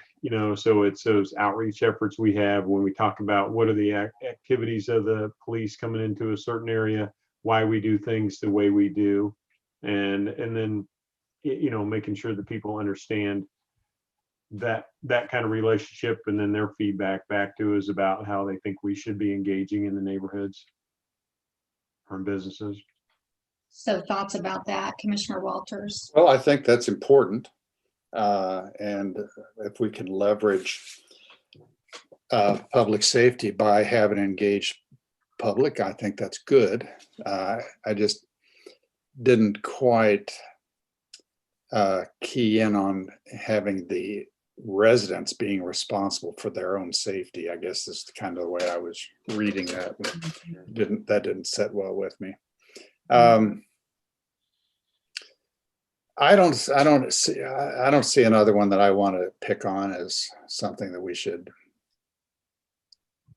de-emphasize. Okay, great.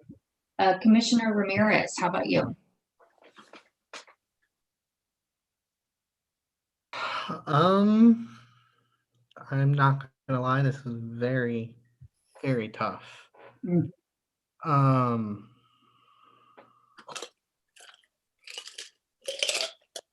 I wouldn't per se say we not focus.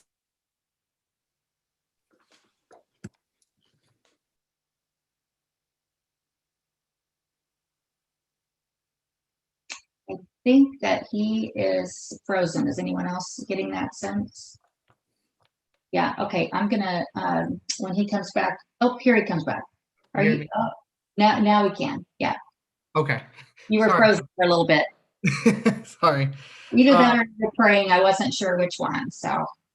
I was saying, not so much that we not focus on it, but maybe look at other community organizations and leverage them to help with it. That would be fosters a community that helps families meet the health, security, nutritional, and developmental needs of their children. We have many community organizations out there that do these types of things every single day. And so maybe us as a local government reaching out to them and leveraging resources and working together so that it's not all on us as a local government to fulfill these needs. So it's more of let's work together and leverage resources on both our sides. That would be mine. Like I said, this one was very tough. Right, sure. All important things for a strong, vibrant community. Commissioner Bynum, how about you? I'm not really able to pick one to say take it off the plate by virtue of the hard work we face. Something's going to fall to the bottom. I don't want to start by placing it there. So I guess I'm not objecting to your request, but I mean, we all know that something's going to get short shift. Right, right. So maybe the better word would be de-emphasize, or not as many resources go this year to a certain area to kind of help strengthen those other areas. Well, I think that's a fact that will happen. I think we've identified some priorities, which means that through the budget work, some of the others are going to fall to the bottom. So I can't say which of these to not prioritize. I'm just not able. Okay. Commissioner Burrows, how about you? Well, thank you. I'm looking at the economic development, and some of my concerns have been that, and it's really kind of listed here. I think we're awful generous in the incentives we offer to developers and businesses that only want to bring substandard projects to Wyandotte County, rather that be less than what I would consider first-class amenities, but have an opportunity to utilize the unified government's incentive packages. I also, so I would have to say, I'm trying to find the one that absolutely cries to that, but I really don't see it except for maybe manage growth through well-planned development. Maybe that's it, because it's one thing to create jobs, it's another thing to create jobs that provide a stable workforce and a sustainable economy for our community. And I just don't believe you throw incentives at businesses that want to pay a little right at minimum wage, or a wage that does not support what we as a community deserve. That's quality housing, additional infrastructure needs. And I really believe that at times we may be shortchanging ourselves, because no sooner do those incentives go away, they're re-incentivized again somewhere else. And I just think we're very generous in our incentives. So I would say under economic development, manages growth through well-planned development. Okay.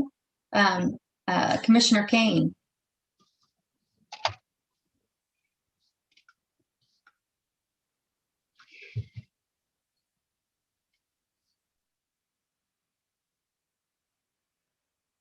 Commissioner Kane, how about you?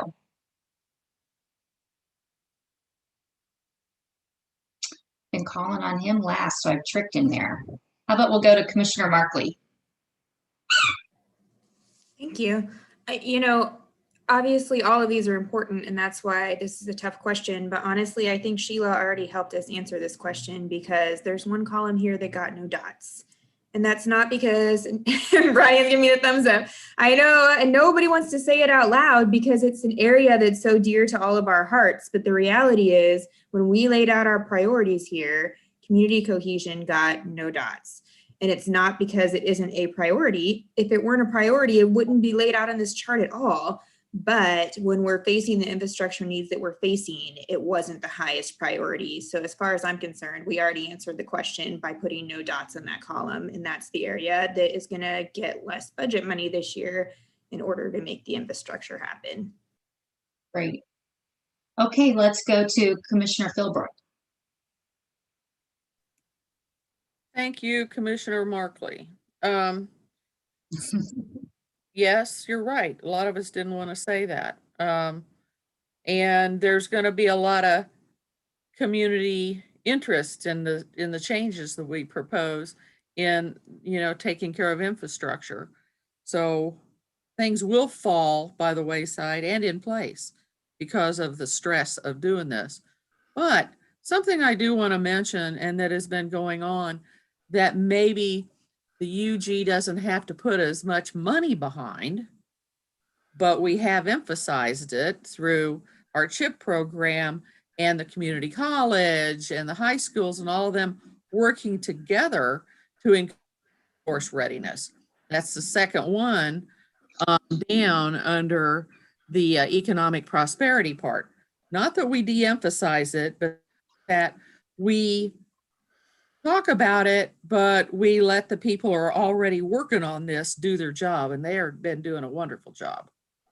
It's Can I all, just say, I do always love Jane's emphasis on spending other people's money. Always a good idea. why, thank you, ma'am. That's kind of federal funds, state funds, all kinds of funds to help with this. And we have the colleges, Donley and Community College, and all of our schools trying to figure out how to do this best. So I think we can watch and emphasize with our communications, but let them do their job. And Commissioner Philbrook, you were also talking earlier today about kind of the pride and the accomplishments of coming together and that cohesion of the community around the infrastructure project. So maybe these areas are a little bit more an approach to how you do business rather than kind of specific dollars associated with it. Right. One of the things though that it does kind of, is kind of a trade-off there is, there always needs to be somebody that's responsible for kind of making things happen. And so, well, we already have people making things happen that are included.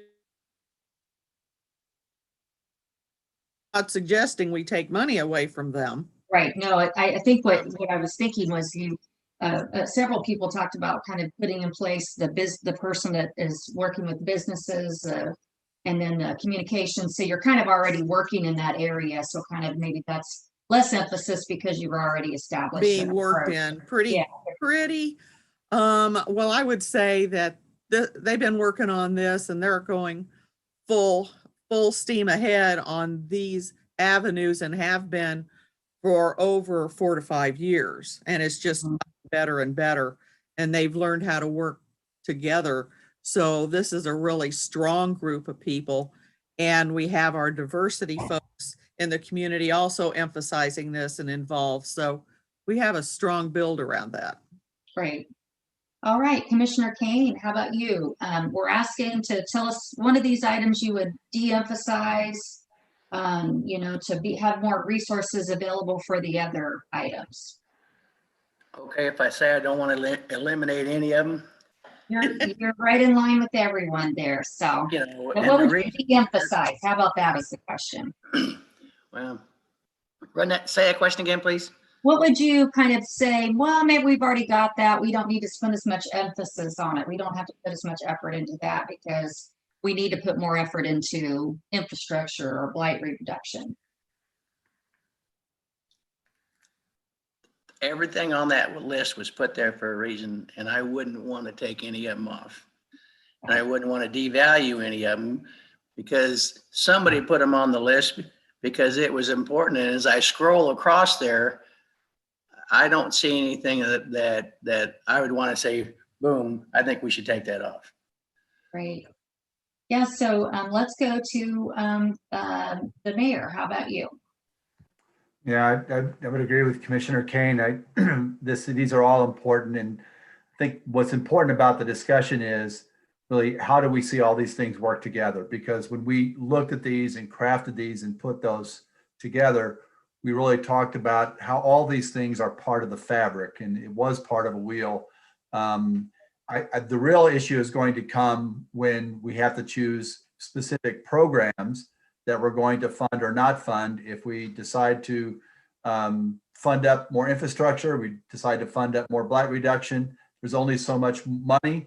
And we're going to have to make the choices. That's when that's going to be the hard place to toggle on this.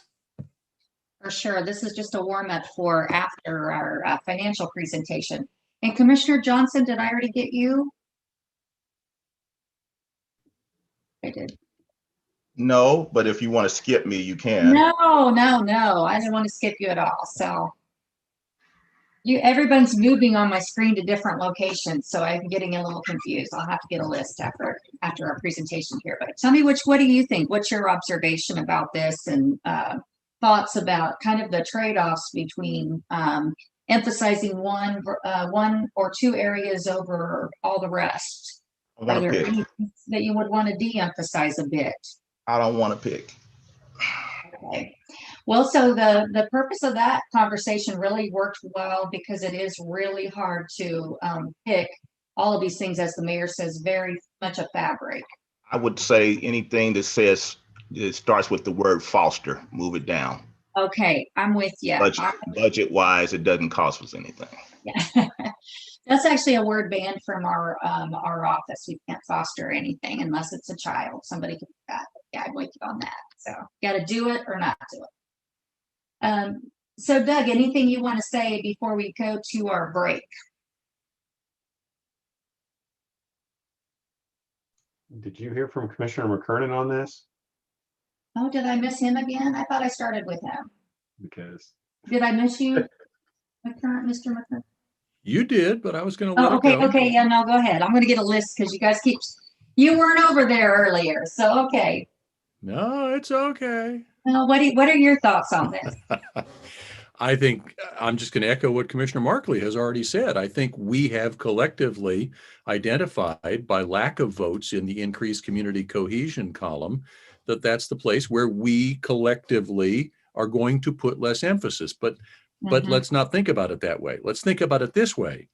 My vision is, if we can accomplish our objectives in all these other columns, increasing community cohesion comes as a byproduct of it.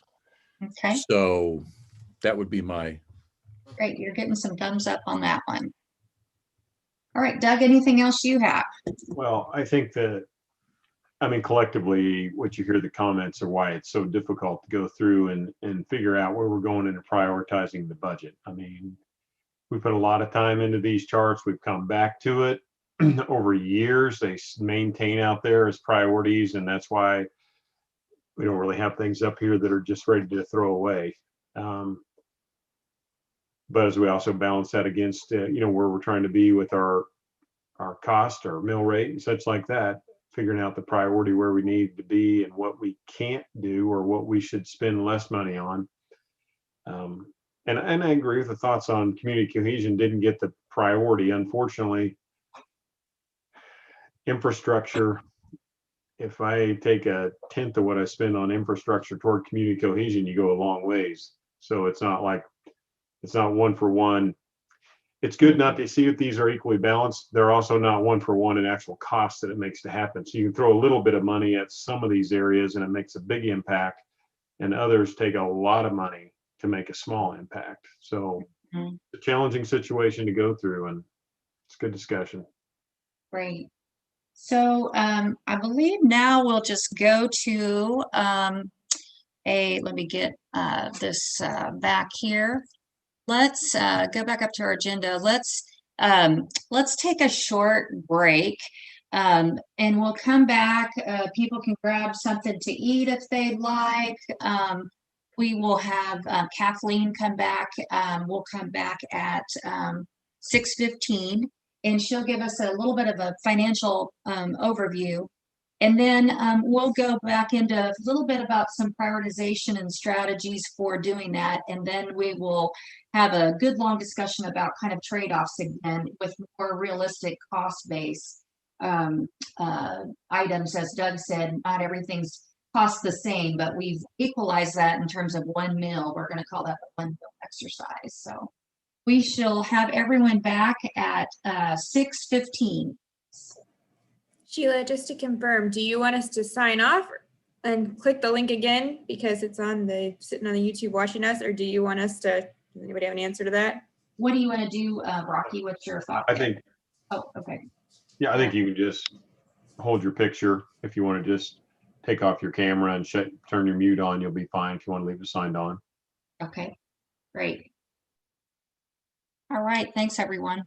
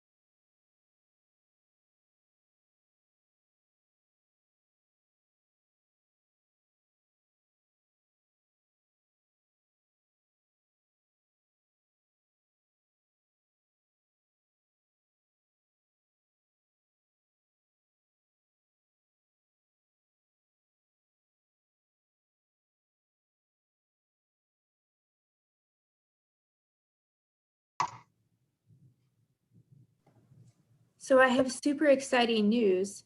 My Coleus seeds sprouted sometime in the last like 3 hours because they weren't sprouted earlier when I checked on them. I just went to check and they have tiny little sprouts. So that's my exciting news for the day. So what sprouted, ma'am? They're those Coleus. They're like they're the plants that everybody grows for the Oh, leaves. coleus. Okay. Yeah, they don't flower, but Right. anyway. But I they got have- earlier today, there was nothing, and then all of a sudden now there's something. So I It's have amazing. It's amazing what 70 degrees will do. yes, yeah. Congratulations. Yes, living down in the basement right now. So this is round 2 of seedlings.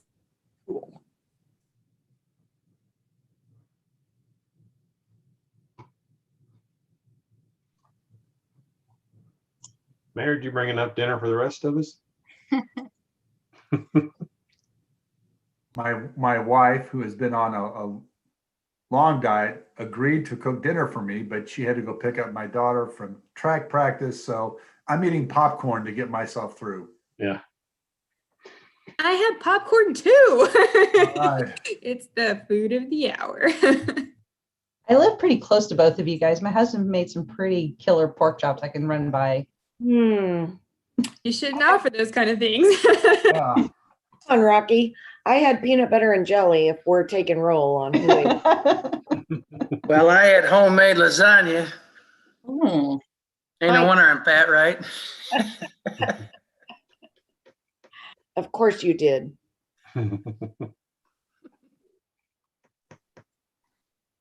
Go chicken go. I ate that at least twice a week for about 35 years. You can't go wrong with Go Chicken Go. Sure can. Yeah, I zoomed through Lion's Choice. It's a roast beef sandwich.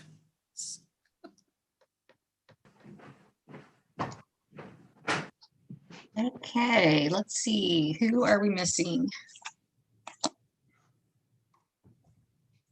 Everybody? Chris. I don't know. Chris, are you back yet? I am here. Okay, great. And Commissioner Bynum, I heard you say you had a peanut butter sandwich, so you must be back also. I'm here. Okay, great. So thanks so much, everybody, for getting back in a timely manner. And Kathleen, are you going to share your screen? Is that where you plan on doing that? Okay. So Kathleen's going to give us the update on the finances, and then we'll have a conversation about that. Thank you very much. So I want to start off before I start showing the PowerPoint and thank all of you for the hard work you did last year in passing that budget during a very difficult financial time with COVID. You know, you rose to the challenge, and all of the departments did as well. We're just so pleased by the response we got from the departments. They made cuts to their budgets, and you know, it just worked out terrific. You know, luckily my sales tax estimates were wrong. I don't know if none of us really knew what was going to happen, but they came in much better than I anticipated, and so that really helped our financial picture, which is the subject today for the next 15 minutes. So Monday night, when you get the packet for next Thursday, in it you'll find the fourth quarter budget to actual update for the fourth quarter of 2020. And in there, you're going to have in more detail an explanation of what occurred over the entire course of the year with our revenues and with our expenditures, not only for our 3 general funds, but all of the other 25 or so other funds that we manage as part of the unified government. So look for that in your packet and take a close look at it. And then, as you know, we have a public budget hearing scheduled for March. Oh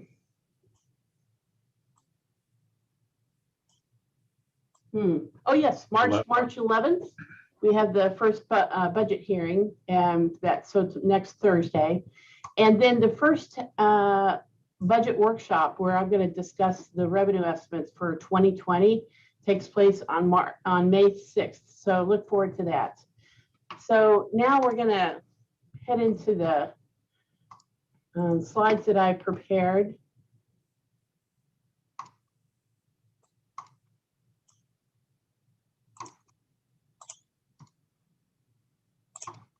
So I've been asked to talk with you a little bit for about 15 minutes, and I'm going to stick to it, about the budget strategic session. And what I've done is basically look at the entire, the entire financial picture from an operating and then an expenditure side. So the first slide I've got here, and I'll have to move this somewhere. Not sure where I can move. Can I move this down? Okay, yeah. All right, so the general fund 2022 operations, this is a preliminary estimate of how I think we're going to end the general fund, or entering into the 2020 year, which starts on January 1st, 2022. And as you know, the general fund has three funds: city, county, and parks, and they're listed here. The city's in blue, and the county's in orange, and parks is in gray. I should have made parks in green, so sorry about that.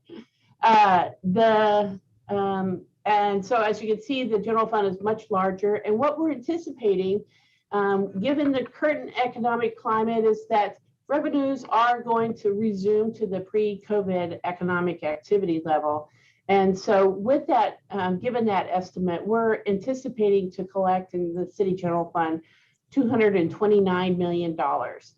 On the expenditure side, we're assuming that the current status quo will continue with no service delivery changes and only a very modest inflationary increase in various categories, including personnel. And the reason we do a kind of a moderate kind of status quo is just to gauge where we sit. So that the total of those three funds totals $236 million. So, we always attempt to have a balanced budget where the revenues and expenditures match each other. Sometimes we have to use resources from our reserves to get there. This estimate, as I'm showing you right now, shows that there is a gap between the operating revenues and the operating expenditures of about $6 million. And this, of course, is before any departmental submissions or any requests from departments. The whole department budget kickoff starts another 2 weeks from now, and the departments will be submitting their requests over the course of the next 6 weeks. So of course, there's always more needs than there are resources. So I expect, given the department requests, this $6 million number may increase. And so we'll have to make some tough decisions about how to balance this budget. So now, for simplicity's sake, I didn't go into all the other funds we have, because those are special revenue funds, and we do our best to bring all of those expenditures within the revenue limits that we have. So now on the capital infrastructure needs, we've had several meetings on this. Public Works has provided you with a lot of information on the capital needs of this organization. And given that information, they have included in their request the additional resource needs that they need as part of all the many data-driven assessments that they've conducted over the past few years. So as a result, the status quo right now spends roughly $33 million a year on capital, and this does not include sewer or storm or the enterprise funds. It's pretty much just the city and the county and the dedicated sales tax. So this is the breakout of how much we spend in these areas. Right now, roughly $11 million for streets. We spent about $1 million on bridges, $400,000 a year on parks, about $12 million on facilities, and about $7 million on equipment. And yet over here, this is what the needs are based on the data-driven assessments that have been conducted recently. So as we mentioned, the pavement condition index, or the PCI, has decreased over the past 2 years to 53, which signals that there needs to be further, that we're experiencing further street deterioration. A recent bridge assessment estimated that there's a need for 14 million per year in order to keep up with the maintenance of our many bridges. Several years ago, there was a park enhancement. There was a park master plan that identified what kind of funding would be required to maintain all our parks, and certainly enhancing our parks would enhance resident quality of life. And then lastly, there are deferred maintenance needs in our UG facilities that need further analysis. So given that $45 million annual unfunded capital needs gap, we think that it's a daunting number. And so we probably need to step back and take a look at our current inventory and see how much of it do we actually proceed with. Should we be doing facilities and space assessment and to determine, especially with all the remote working, whether there is a need for all the buildings that we're currently maintaining. The same with streets. Are there streets out there that we can decommission and let go? Are there various bridges that are underutilized and could be closed? And do our many parks and parklands serve the best need, best serve the needs of our residents, or is there some consolidation that would be more appropriate? Those are lots of tough questions, and but things that we hope to explore in the coming budget season. One other thing that I very much am always talking about is priority-based budgeting, and this is an initiative that a couple of commissioners asked for over 5 or 6 years ago. And we have been working little by little on getting that up and running. And we've made lots of progress in the past few months. So just as a reminder, last January, we did an overview of the priority-based budgeting with you. And from that meeting, we concluded that we were to achieve an objective by 2024 to identify $15 million in our current budget that we can reallocate either to new programs or to reallocate for other activities, for instance, street maintenance. So in order to identify those 15 million, we concluded that we could free up $1 million by examining how we source our current services, $2.5 million through different efficiencies, 10 million in service level reductions or changes, and then 1.5 million in additional fee or other revenues.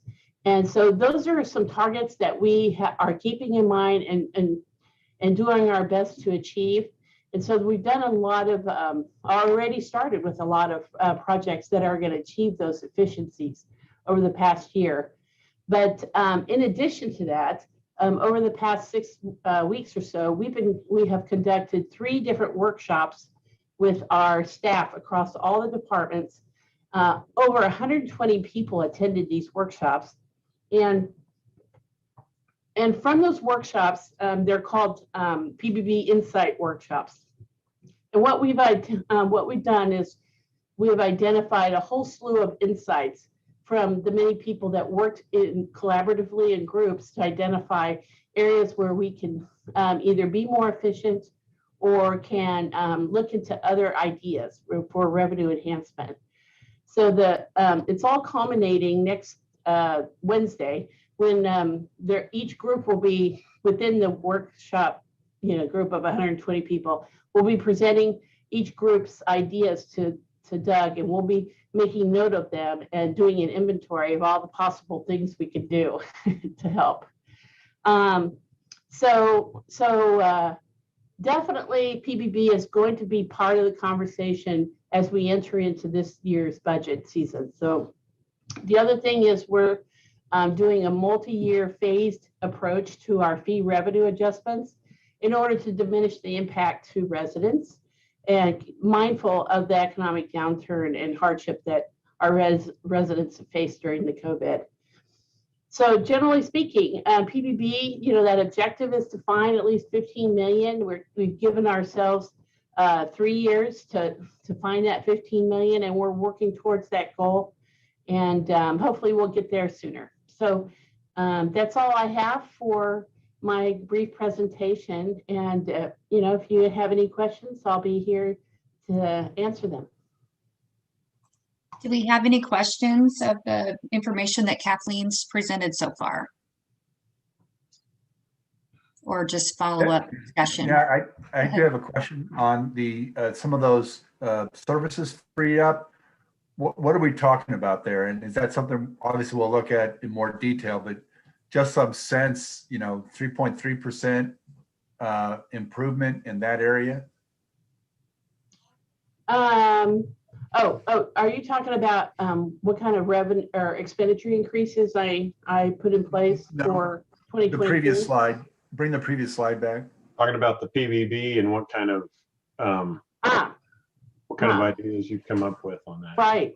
So, all right. So 5% of the total governmental expenditures are roughly $300 million across, includes all governmental expenditures, everything that's not enterprise. And so 5% of that is about $15 million. And so among all that 300 million, we're trying to find, 15 million. And of the 15 million, 10 of it we hope to find through various efficiencies or service level reductions. So that would be in service level, meaning we would reallocate those monies to other areas of higher priority based on your direction and based on the strategic goals. Now, I can't tell you exactly what those are going to be because that's kind of part of the process, but we've scored all of the services of the unified government. There's over 400 of them. And we know what programs scored higher than which ones scored lower. And so we're probably going to be, focusing on those lower priority programs. So. Okay, but these specific budget cuts or fee reductions or service reductions have not been identified, just the priorities have, and that based upon practice elsewhere, you would assume, or in other places it has generated that level? Yes.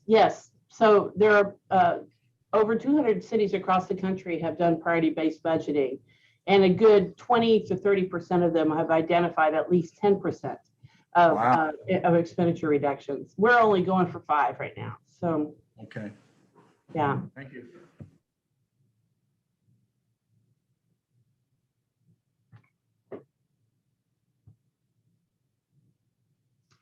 So are there any other questions? Commissioner Bynum, can you put your slides back up? You bet.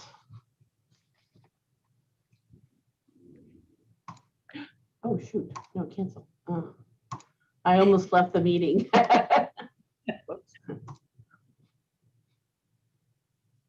And I think the first slide is the one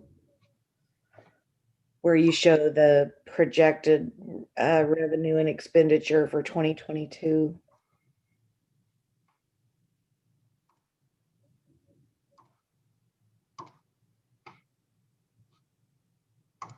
Thank you. Sorry. What's going on? Can you see that? Yeah, I can see it. It's smaller. And the okay there. Thank you. That's the one. On this slide, I know that we're talking about revenue and assumes resumption of pre-COVID activity. So on the expenditure side, is the assumption that everything that's currently funded is funded? Yes. Yes. And So the increases would represent things like increased costs, raises, healthcare. Is that Yes, accurate? exactly. So we have included a modest percentage increase for all UG employees in the 2022 budget. So just as a reminder, we haven't provided any salary increase in 2021 except for sheriff and the police department. So, and maybe a few other smaller unions. So, yeah. So the 2022 budget has a modest increase for personnel. It also has, you know, some inflationary increases to services and utilities. It includes a good bump in the cash funded capital projects and equipment. And that's because a lot of capital and equipment was postponed from 21 to 2022 because we were trying to save money with COVID.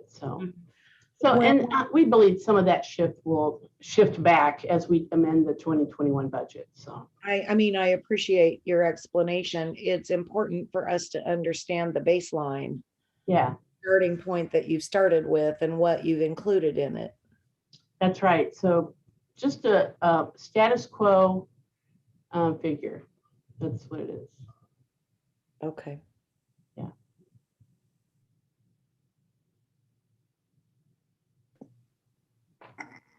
Kathleen, Commissioner Ramirez, okay, it says our estimated budget gap is 6 million. Now, and maybe you may not be able to answer this because it's a hypothetical. If, let's say, our estimates weren't coming in as they were, what would that gap look like? Well, so 2020, at least sales tax, you know, it came in the same flat with 2019. And typically sales tax increases at least 2%. So we experienced a loss there, and we expect sales tax in 21 to be slower than normal. But in 2022, my thought is that it will jump back up to around the 3 to 4% level, but still off the lower base. The revenue estimate, in other words, the revenue estimate I have in here for this revenue column is pretty conservative. And of course, you want your CFO to be conservative. So of course, we all hope for the best. Now, if revenues don't come in according to this number, and let's say if that's your question, if let's say the number comes in at $220 million, then that loss of $9 million would come from our fund balance. So it's like your checking account. You have a certain amount in your checking account, and you think you're gonna, work and get a $2,000 paycheck at the end of the week, but then so you pay a bunch of bills, but then the paycheck only comes in at say $1,800, so that difference comes right out of your checking account balance. So that's basically the fund balance. That's what we talk about with fund balance or reserve. Okay, thank you. Thank you for explaining it, because I'm trying to show for if those who are watching, yes, we have a $6 million gap, but it could have been worse, but we're doing good. And so I'm trying to reiterate that to the people who are watching, like, yes, that's a big number, but it could have been bigger with what we went through last year. So I want to thank you for your department and all of the other departments who worked hard, and us as a governing body to make those hard decisions last year to revert money, cut some down. But so thank you for all that you guys do. And we have a light down the tunnel. It may take a minute to get there, but we're getting there. Right. This is Commissioner Johnson. Christian, were you talking about on a historical basis or on a projected basis? I just want to make sure I was that you were clear, getting the answer that you wanted. Yeah, projected basis. Okay, great. Yeah, I would refer you to the November long-range financial forecast that I presented in November or October. And that document, it's a 100-page document that really talks about the projection, what our past and future fund balances are for all our funds. And I can send you the link to that and you can take a look at it. So, because it's I just want to say this, Kathleen, I think this is the right path. I see where you're going with this. I think this is something that our taxpayers have been asking for a long time. I think this is something that we as commissioners, as persons that have been running for office have kind of dabbled around, but never really knew how to go about finding redundancies and areas where there could be some efficiencies. And so I think that the direction that you're going is the right one. I think I will say to my colleagues, including myself, that we need to stay open-minded, that we just need to stay open-minded as to what this might reveal. I mean, the data and the data will reveal to us, I think, the areas where we can make some improvements. And those are I've been talking about big boy, big girl decisions. I think that the outcomes of your process, of your evaluation and your analysis will lead us to those really tough decisions that will ultimately, I think, set us in the right trajectory for years going forward. So I just want to let you know that I see where you're going.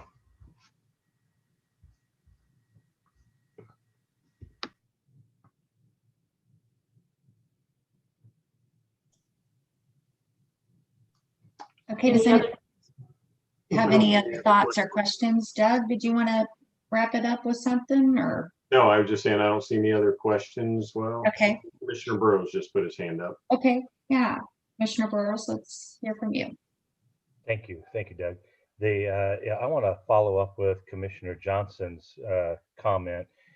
Do we know, we've looked at this budget process now for a year where we are.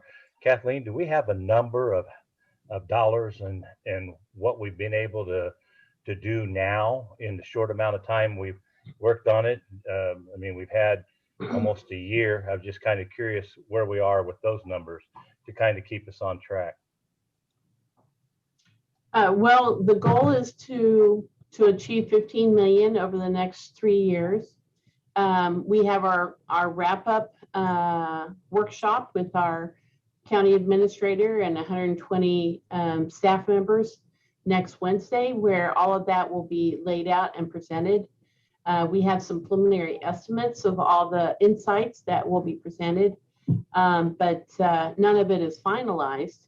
And the priority-based budgeting process would have continued. It lost some momentum because we got hit with COVID last year and we had a lot more things to do. And so we had to set it aside for a little bit, but we're bringing it back and it has a lot of momentum now. So I did want to mention that even though it did take an initial investment with the acquisition of our human capital or human resources and finance enterprise resource planning software system, the projection from our business case analysis shows that once it's implemented, we'll save $5 million a year in administrative costs.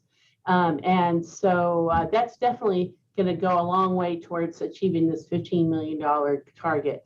So that's one of the many efficiencies that we're putting in place. And we're actively working to implement that software and go live by the middle of next year. So.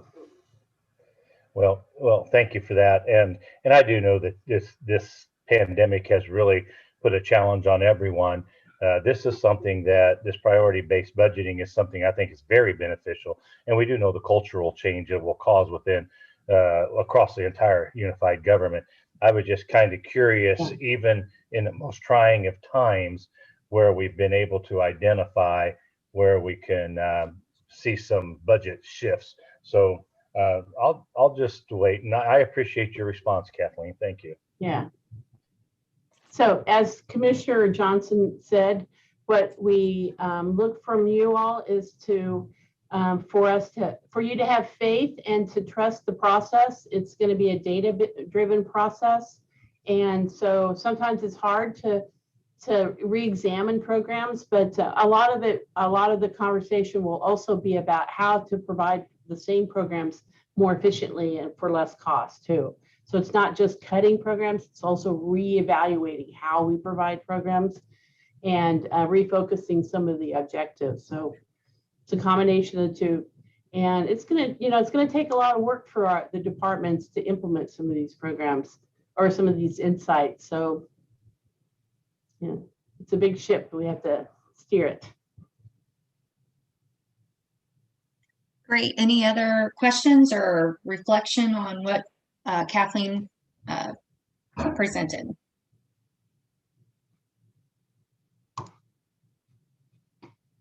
Okay. Well, the next thing we're going to do is kind of go into a discussion a little bit more specific about prioritization. And as Kathleen developed her presentation, she shared with us some of the major categories and challenges in terms of infrastructure and some of the operating areas that there's been planning, but maybe additional emphasis might be needed to implement. And then also I took some notes from our conversation earlier. So I'm going to share my screen and kind of show you the next exercise that we're going to do. Let me see if I can get this a little bit bigger without completely taking everybody off the screen here. So some of the areas, there's kind of big buckets of dollars that want to kind of get a sense of where you are and your thoughts on that.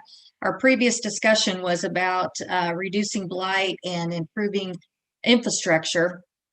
And so I have topics listed across these sticky notes here. And what I want to do is just kind of walk through each of these, and then we can add categories as well. But thinking about some of the bigger, chunkier areas where investment would be needed, particularly starting with blight reduction. We can kind of start there, which is the goal number 1. And I'm going to kind of organize these by that. So enhancing SOAR, want to kind of think about this in terms of long-term. What are some of the advantages and disadvantages of maybe increasing our emphasis in this area for 2022? I'm going to kind of just go through there, and I'm going to start out with, let's start out with Commissioner Johnson. Some of the advantages and disadvantages, you talked about kind of the tax delinquency program. Advantage there might be to, you're going to be increasing your resources by having some emphasis there. Other thoughts on SOAR and kind of the long-term advantages and disadvantages of further emphasis in that program? The word that we, I'm somewhat of a wordsmith, but the word that kind of came through in some of our other prior discussions was beautification. And we want to beautify our city. And that beautification will do a lot as it relates to the perception. And person's perception drive their decisions. And so as we continue to beautify our city, making sure doing the best we can with the little money that we have, and we have to continue to figure out ways to cobble money to do the basic things in terms of keeping our land bank lots cut, and not only cut, but keeping them trimmed. It's simple stuff, making sure all of our parks are manicured properly. Just the thing, making sure that we're being as aggressive as we possibly can in tearing down properties that are beyond salvageability, and doing the best we can to aggressively to make sure that we're getting those other properties that are salvageable into the hands of developers so that they can flip those houses and put them back on the tax rolls. Those are the things, I mean, those are the things that are at stake. And as we continue, if we don't do this, then we're going to continue to be stuck in this, for lack of a better term, this matrix where we're not making any progress overall. So it is imperative that we continue to move forward with SOAR because the upward trajectory of our community economically is at stake. Okay, anybody else have anything to share kind of about some of the advantages or potential kind of disadvantages other than it's a costly it's costly, all the programs cost money. Other thoughts about SOAR?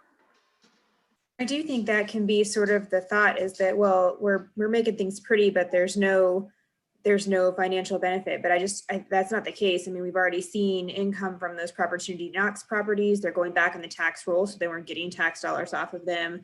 We're getting increased tax income from the tax sales and from our tax collection efforts.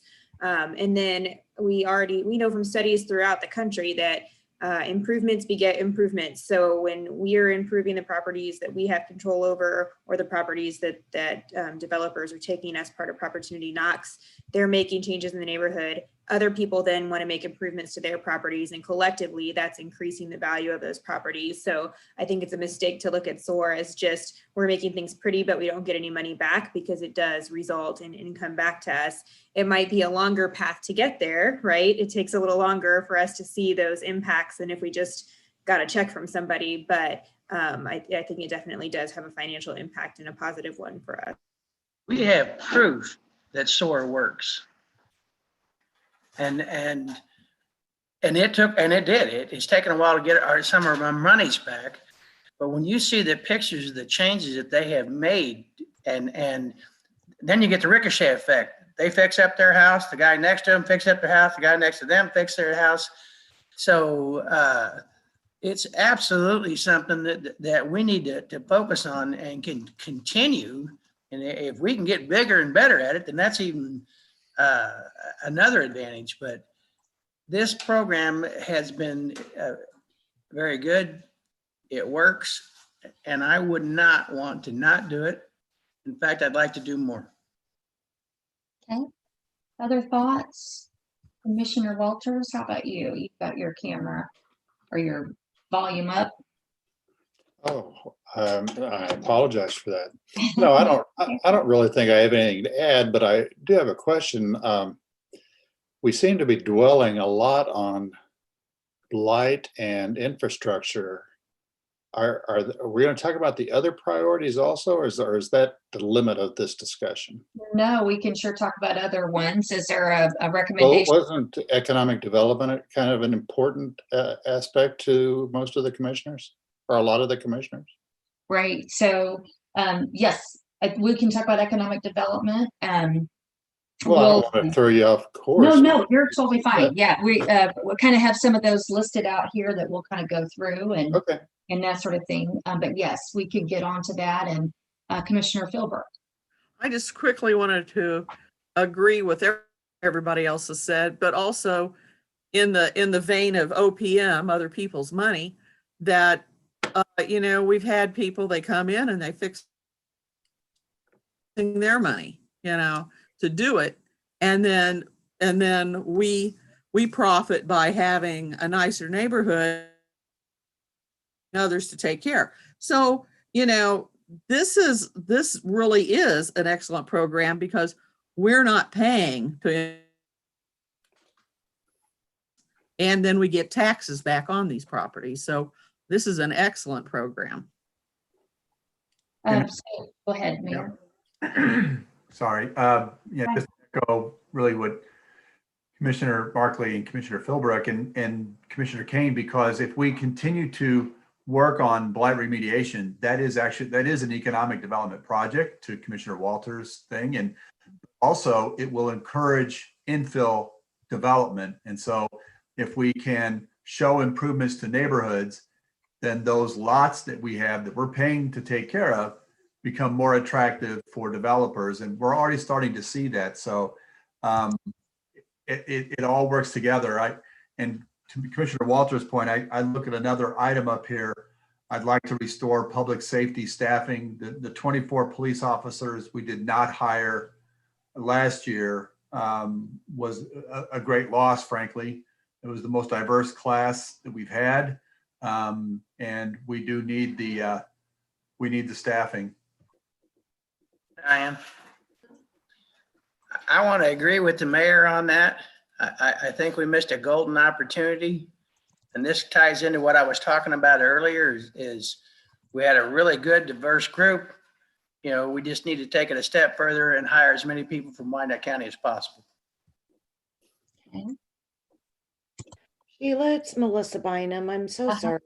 Can you reframe all of this for me? Sure.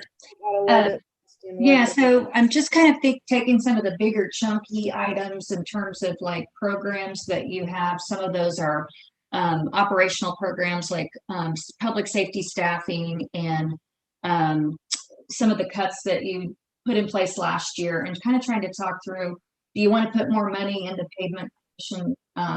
You want to put more money into hiring those back, or are there other kind of trade-offs? We're kind of trying to think about like, or do you want to send the money for the increase in the assessed valuation, roll that back and have that go to the property owner?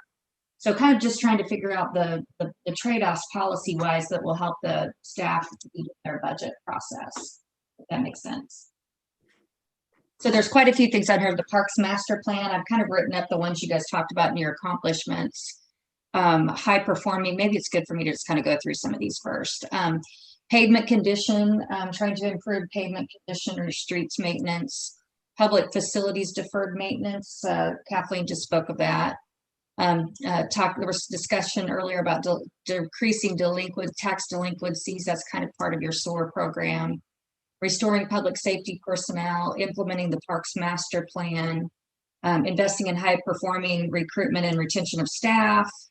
I've got that one in there twice. Let's see, continuing public health services levels to pre-pandemic levels, enhancing overall service levels in other areas. And then kind of continuing with your financial strategy, returning tax assessed valuation growth to the property owner. So that's kind of rolling your mill levy back with the growth, explore additional funding sources. Another one is the economic development. As you said, one of the things is that kind of your corridor program. That's a kind of a redevelopment program and other economic development activities.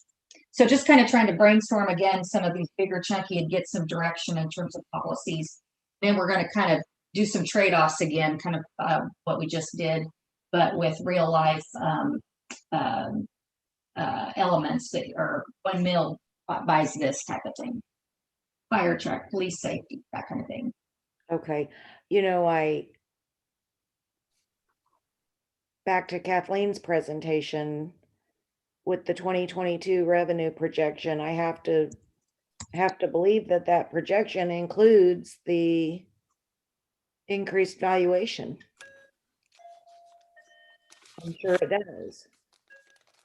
I believe that's right, Kathleen. You're accounting for the assessed valuation going up. She can answer that. And yet still contains a $6 million budget gap. So.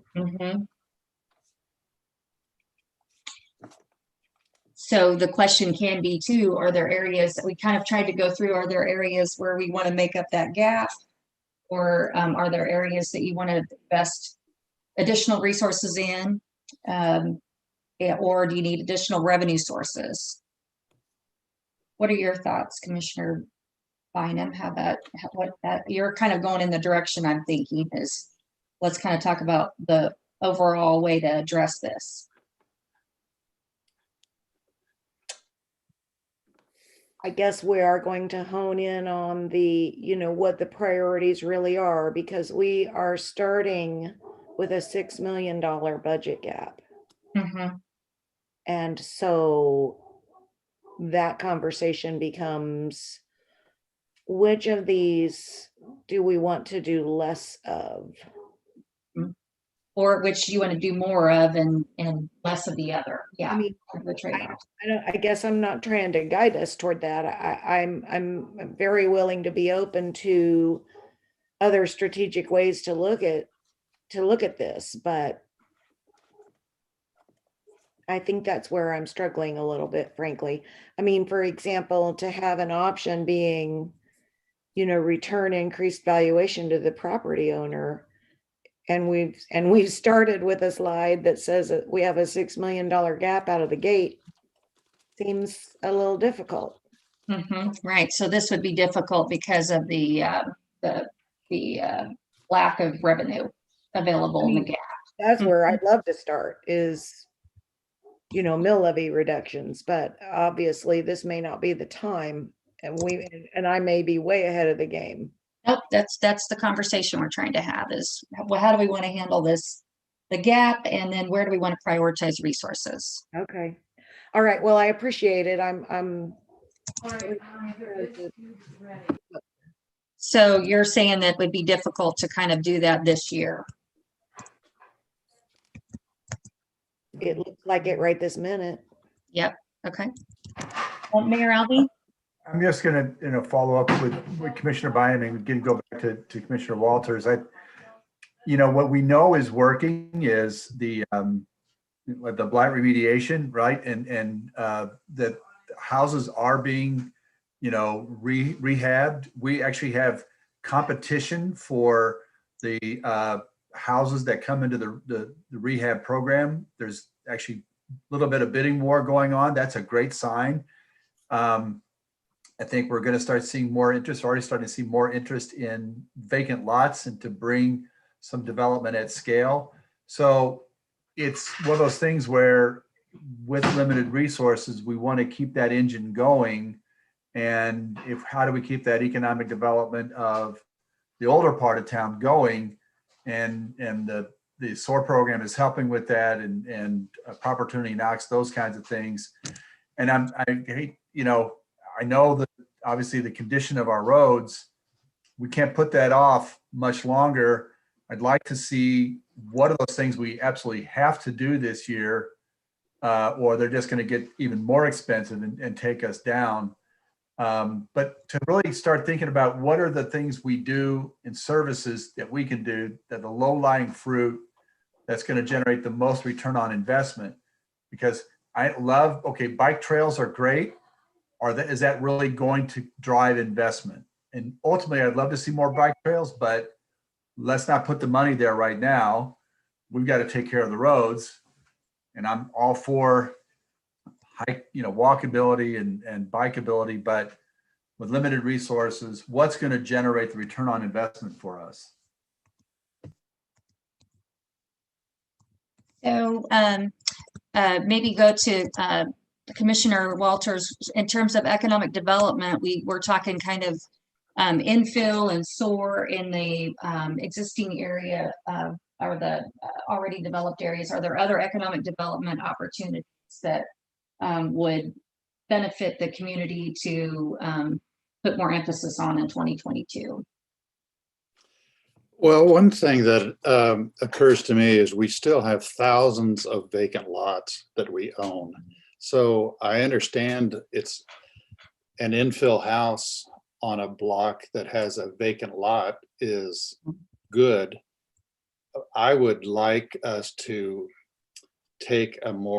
consider taking a more aggressive approach and do entire blocks or neighborhood redevelopments rather than individual lots. If we do, and it will take us decades to get rid of thousands of vacant lots. So I would like us to at least think about doing something on a little bit grander scale. Mm-hmm. And maybe it's a public-private partnership of some kind with a developer who who would like to get involved in our community in a partnering type of way, and build neighborhoods rather than focus solely on infill houses.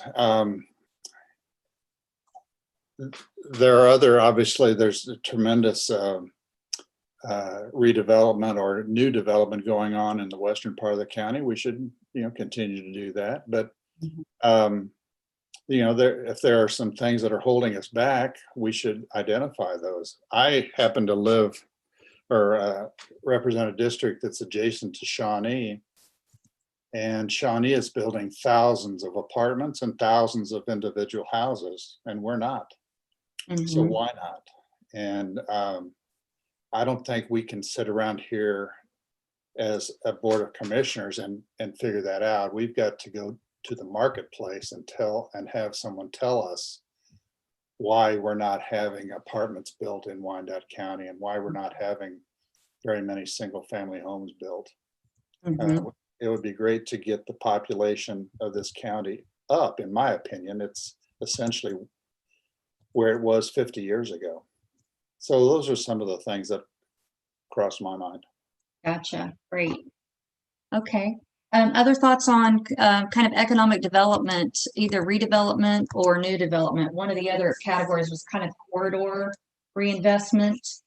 Maybe that spurs some conversation there. And I'm going to go to Commissioner Burrows. I think you had a comment. I go next topic. And I appreciate Commissioner Walters bringing this forward. This isn't that I couldn't have stated it much better than what he did. That's absolutely the truth. In being bold in our development for reinventing our neighborhoods. We now have an aggressive young urban planner that is on our staff now, and I would encourage us to encourage them to look at how we build our communities to enhance some of the things we talked about: walkability, streetscape, opportunity to slow traffic down so that people can have access to transportation, whether it be by bike, car, or bus or whatever, to enjoy those areas. We've worked hard and spent a tremendous amount of human capital and resources in these master plans. And the only time we really seem to address these master plans is when we have a big development coming in. But when those big developments come in, we don't continue to look at the health aspect of that and the walkability and or the connectivity to other parts of the community that encourages our small business to be prosperous, to encourage those that are in our apartment complexes to have the opportunity to gather in a common area. So I agree 100% with Commissioner Walter that we need to be bold in that. And we have an opportunity that many communities don't. We have a municipal utility that we should be partnering with to make that possible. And I believe that we have a unique opportunity in Wyandotte County with all the diversity and ethnicities we have. There's not a reason why we can't do something in each specific district and give those that want to come in. And I'm going to go back to Commissioner Philbrook and others that talk about building our economy on other people's dollars. If we have a Northeast special area and an Armourdale special area, a Central Avenue special area, we've got the legends.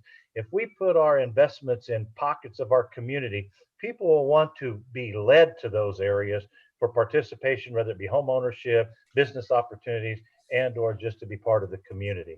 And so I agree 100%. And if we were going to offer economic incentives, I believe that if we looked at offering economic incentives to homeowners and or small business owners and or entrepreneurs that wanted to come in and be part of those investments, that would be a great return on investment.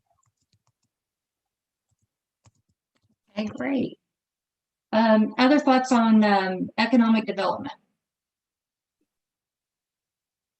Let's get back to what Mayor Brian. Sorry, Commissioner McCurney. Thank you. One other thing that I think we should at least consider with economic development is we talk about millions of dollars of economic development in our community. Those are dollars that don't come to us in our general funds. They bring amenities, they may bring jobs, they definitely bring benefits. But every new development, and I apologize to those of you who've heard this more than once, every new development puts a stress on our infrastructure, our personnel infrastructure to provide services to that new development, our physical infrastructure around and leading to that development. And I think if there's any way that we can still get development, but increase the amount of money to the general fund that we realize from that development, then we can start chipping away at these things like infrastructure improvement that cost millions of dollars out of our general fund to do. And so I would just encourage us all to think about how we structure our economic incentives and to think about ways in which we can still get the development, still get the amenities, still get the jobs, and yet still realize some income into our general fund that we can then spend right back on the development and the area around it. Great. So anybody else have anything before I go back to the kind of the question at hand, the $6 million gap? Anything else anybody has to offer? Commissioner I'll Johnson? just add, yeah, I was trying to be quiet. Stop it, Jim. We have to, and this speaks to the mayor's point and the things that Jim has said and others, we have to build up these neighborhoods that are immediately adjacent to downtown. Without those neighborhoods being completely infield, we will not be successful in building up our overall downtown and eastern corridor. We would not be able to take advantage of the opportunities that the rivers bring that we have not yet tapped into. We have economic vehicle called the Kaw Valley or the Kaw River that we are just now starting to think about as an economic engine. And so we need the eastern neighborhoods, particularly the ones that are adjacent to downtown, to be as strong as possible. And that means infrastructure, that means everything that we've talked about. All properties need to be infield. That is the only way that we're going to see a strong downtown and be able to take advantage of the landscape that's already there. So I just want to make sure I add that bit of seasoning in there, and now I'll be quiet. Well, if I could add, I agree with you, Harold, and I think the advantage of going big is if you could rebuild an entire street of houses, maybe you can replace the sewer in the street while you're at it as part of that project. Whereas if you just build a single house, they're not going to replace the street, they're not going to replace the sewer and all that. And I agree that the whole idea is to increase our economic situation. So I'm not suggesting that we're doing this just for fun. Totally agree. Okay, great. So what about this $6 million deficit? In the past, I know you've talked a little. Oh, sorry, I'm making this super big now. I think I've gotten out of control. You've talked in the past about, the kind of the importance of rolling back the tax levy over the past several years. Thoughts about that in terms of, is this the right year for that? Commissioner Walters, then I'll go to Mark Lee. All right. Well, thanks for calling on me so often. I appreciate it. I know, well, your camera's on, or your thing's on. Oh, so okay. Well, I guess my first question is I'm kind of inferring from some of the comments made by Kathleen that we have a fairly substantial surplus from 2020 based on having sales tax revenue greatly in excess of anticipation. So, I mean, before we start talking about what we have to cut, I guess I'd like to see the full picture. You know, what did our 2020 look like? Do we have a surplus? If we have a surplus, what are we going to do with that? Do we reduce debt? Do we cut the mill levy? Do we just put it in our reserves? That kind of thing. I think we kind of got to address that before we start figuring out any kind of $6 million gap for 2022. And the $6 million gap is what Kathleen is supposed to show us. She's the CFO, for Pete's sake. She can't show us, you know, that we're going to have a $6 million surplus, you know. And so, you know, we know that our goal is to beat the gap. I'm not worried about the $6 million gap right now. I know what our priorities are. I think we need to stick with our priorities.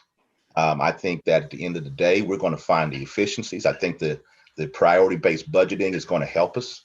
I think we just need to let that play out.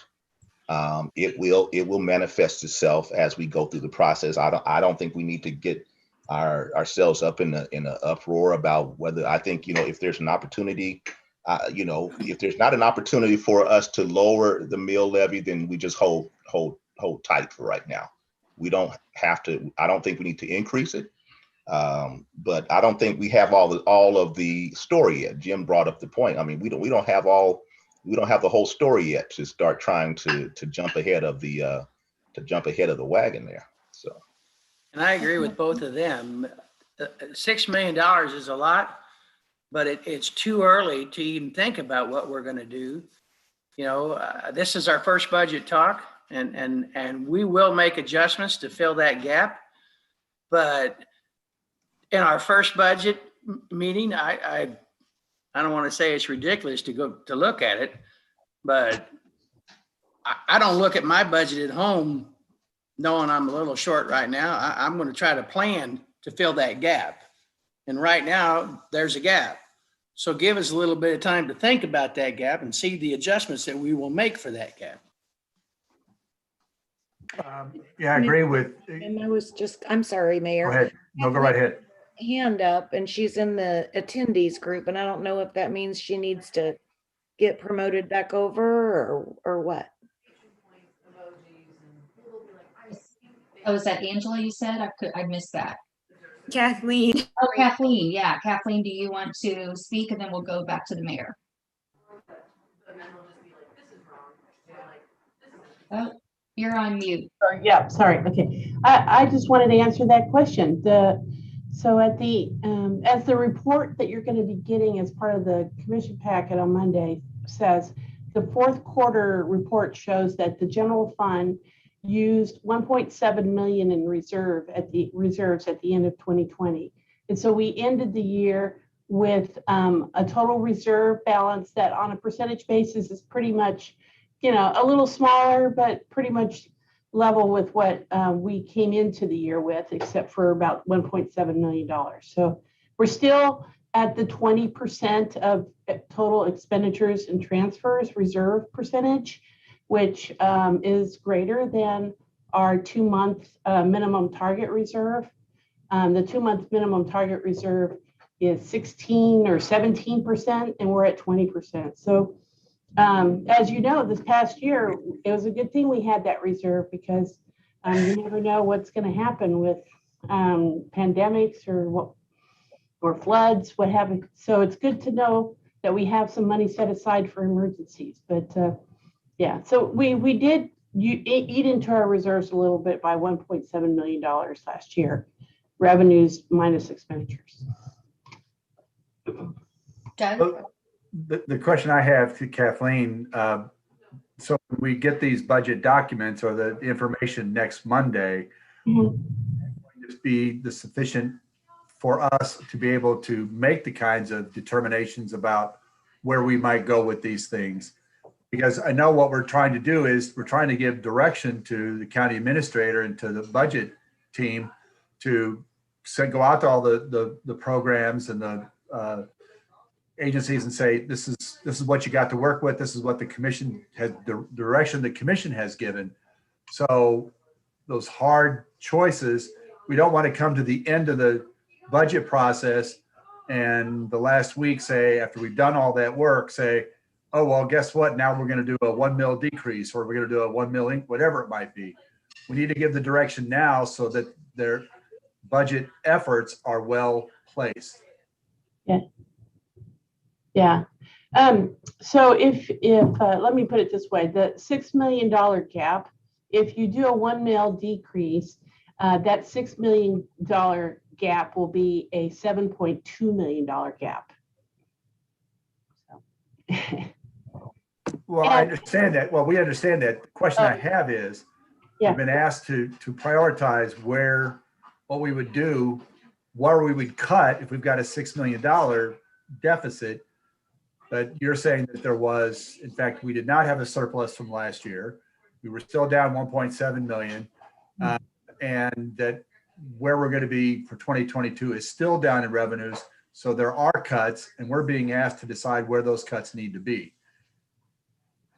Yes, that's right. We're asking for some direction on what would be palatable or items that, well, basically we're asking for where are your highest priorities so that we know that those are the ones we want to protect and preserve and nourish. To Commissioner Kane's point and to others, when we get this new information on Monday, that's when we can really give the direction, because it seems like we're talking a little bit of generalities right now. When will, Kathleen, when will we get the outcome from the priority-based budgeting discussion with the different departments? Let's see here.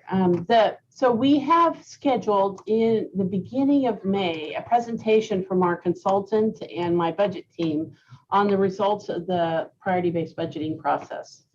And I can tell you exactly what date if you give me 2 seconds. So, well, while you're looking that up, for me personally, I want that information before I make any decisions. And maybe timeline wise, that's not feasible.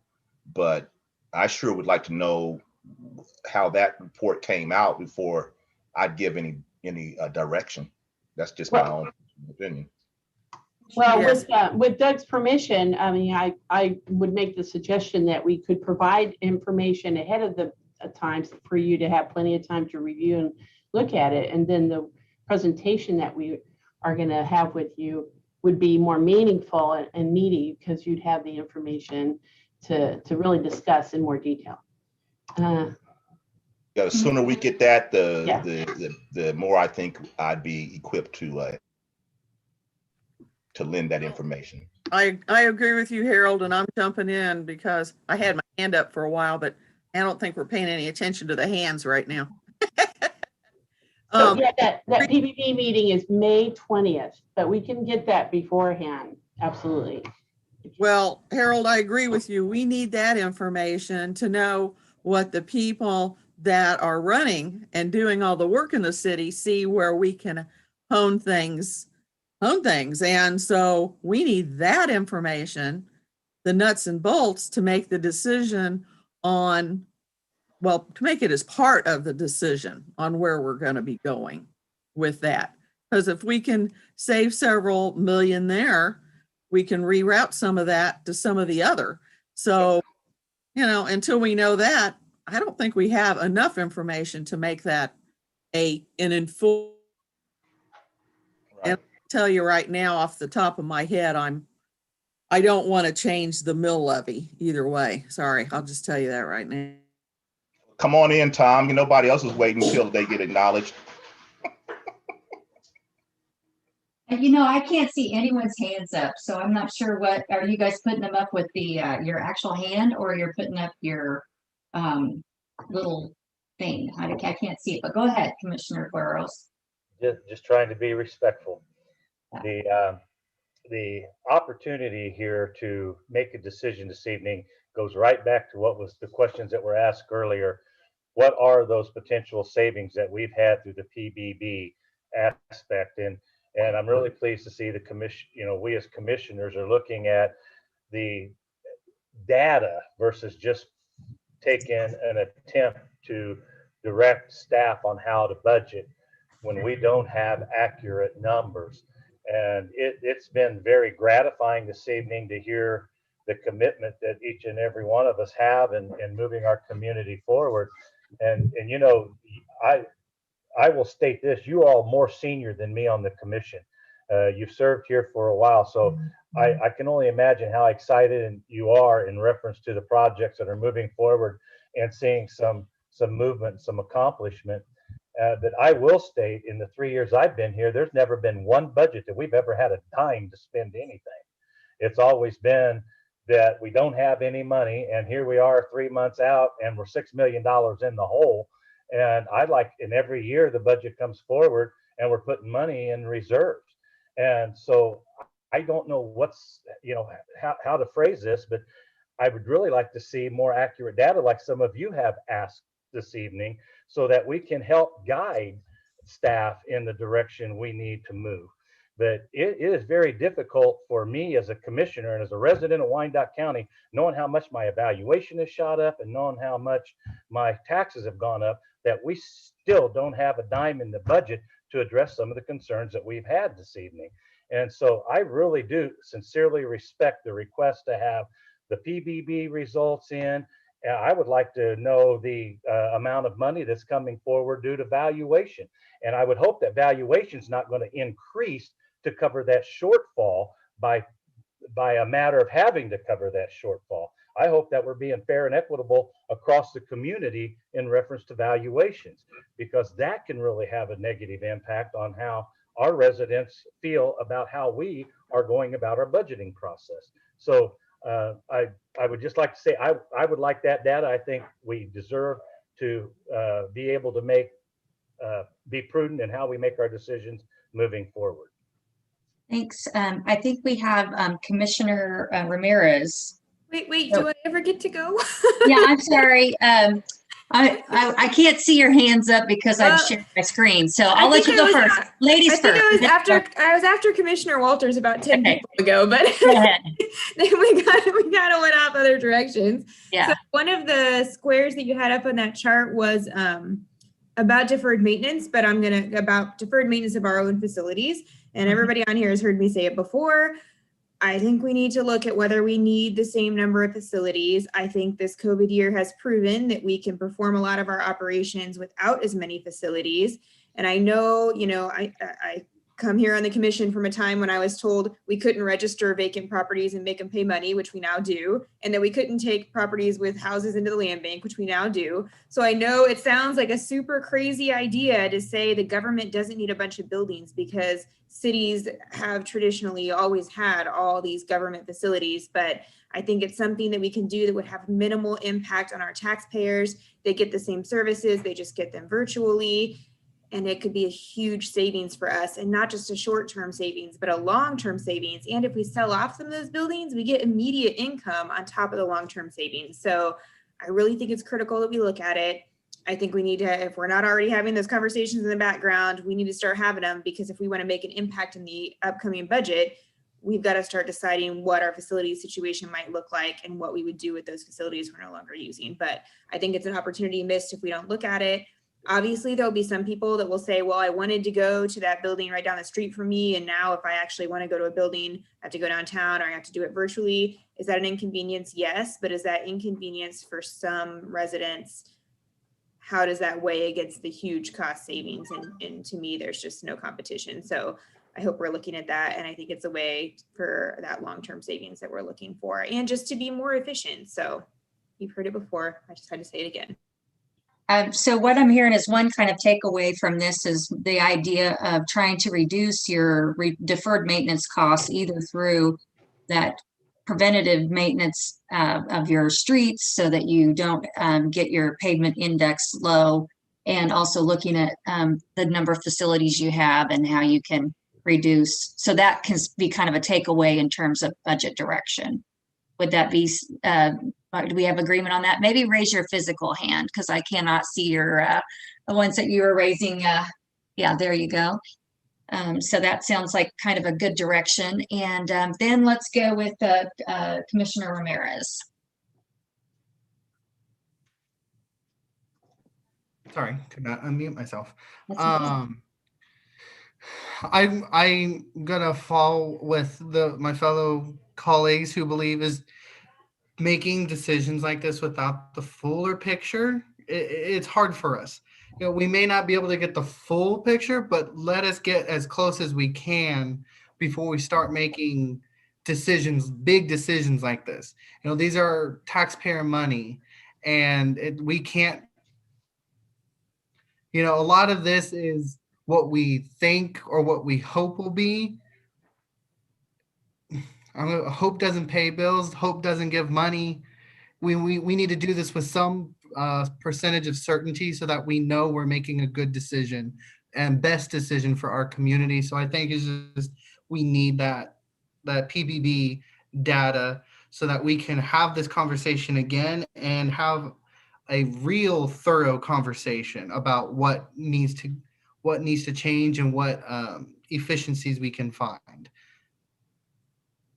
So the other kind of comment then is just to look for efficiencies through PBB to reduce costs and align in a higher level of priorities, which tonight you really did set in terms of some of the weighting for the PBB, a little higher goals in 2 areas. So that should help the PBB process. Commissioner Johnson? Thank you. The other night, ED&F got a presentation from our Treasury Department.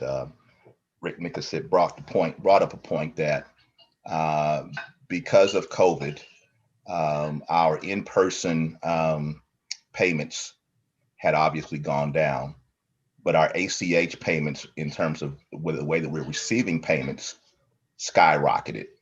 And there are efficiencies in that. From a cash management perspective, there were 2 things. One, we're seeing an increase in electronics payments coming in through Treasury.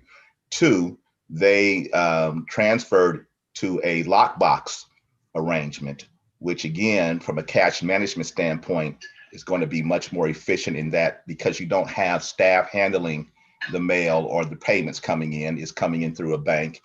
There are efficiencies as it relates to cost, as well as it relates to getting monies in quicker, that I think are going to pay big dividends in our Treasury Department. And this is really more of a comment, maybe to Kathleen and to Doug.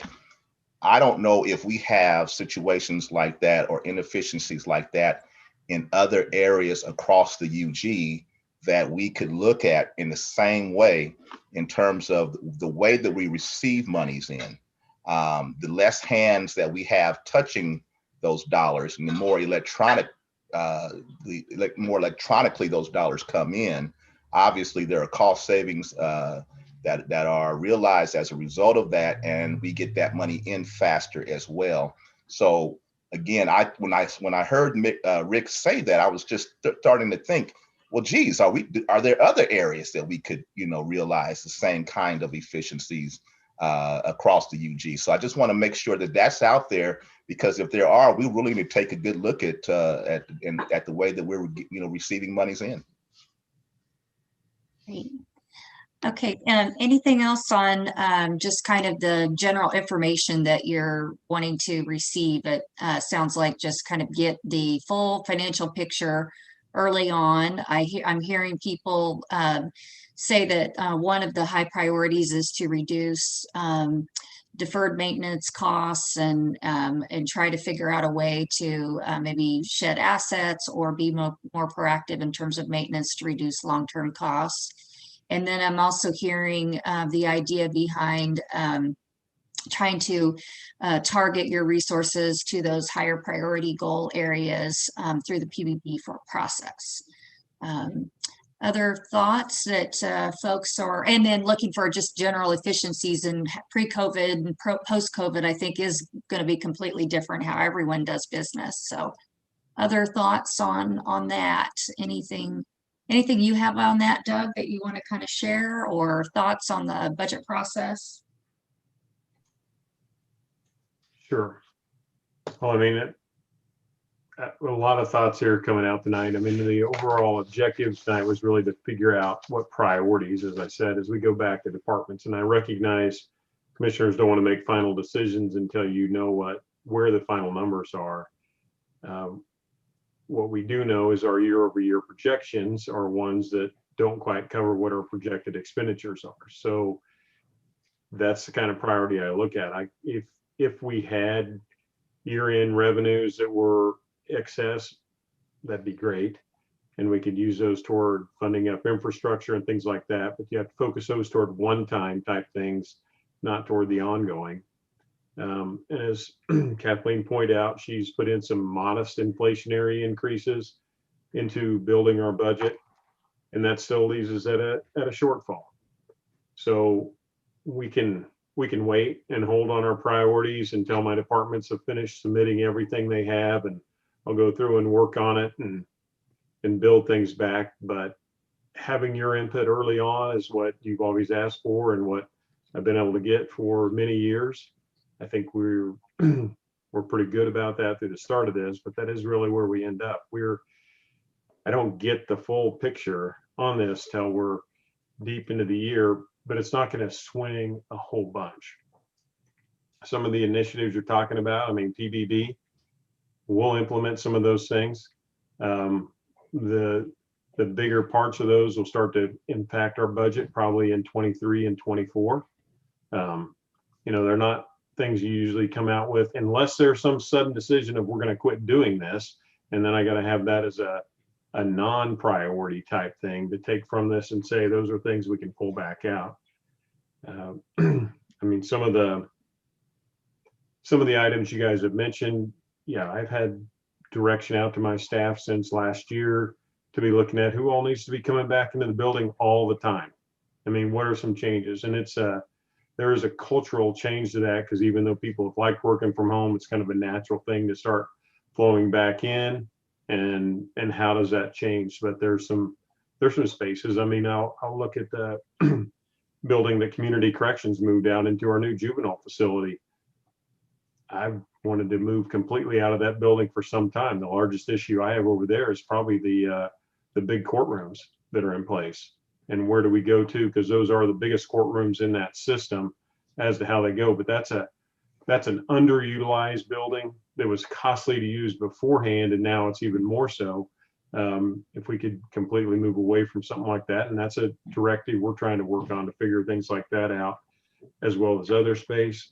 We've been doing electronic payments. We've moved to those programs a couple of years ago. That was an initiative we started. You saw the stuff that came out some time ago. We went to the ability to start getting stuff on our phone. Those are things that,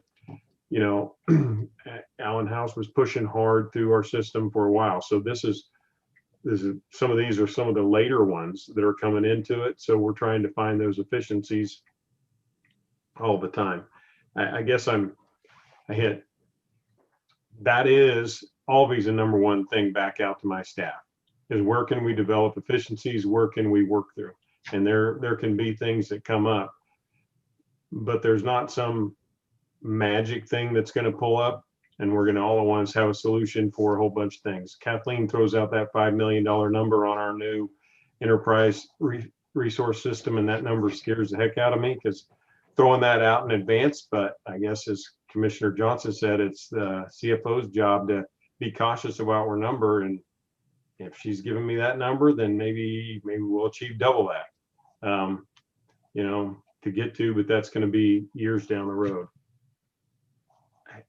I really just have to understand from you all when I look at it and say, early on, and I know we make other changes, but are we investing in the infrastructure? That was a top priority, or am I cutting the mill rate? If I'm cutting the mill rate, I'm not investing in infrastructure and I'm not giving employees any kind of increases. I mean, I just got to, that's where I'm going after. And I have to understand those kind of things at the top of it. And then we start breaking it down and we'll get down into a couple million. Remember, I start up here at working, how am I dealing with $400 million? And at the end, we'll be talking about how we're dealing with the last couple. And you'll have all the details by the time you hit that stuff. So I guess that's. Can I respond to you real quick? I just want to make sure I kind of get understanding. Sure. Kathleen had mentioned something about a 5%, reduction that she thinks that we can use as our guide with through the PBB. Did I get that understanding correctly? Yes.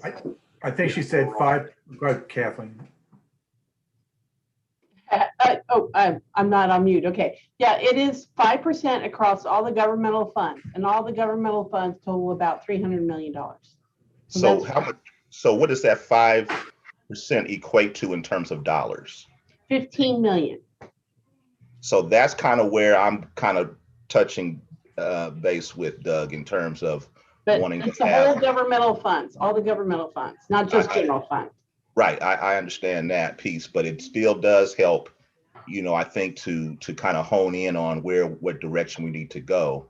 I think that, and this is just for me, and I'm not speaking for anybody else.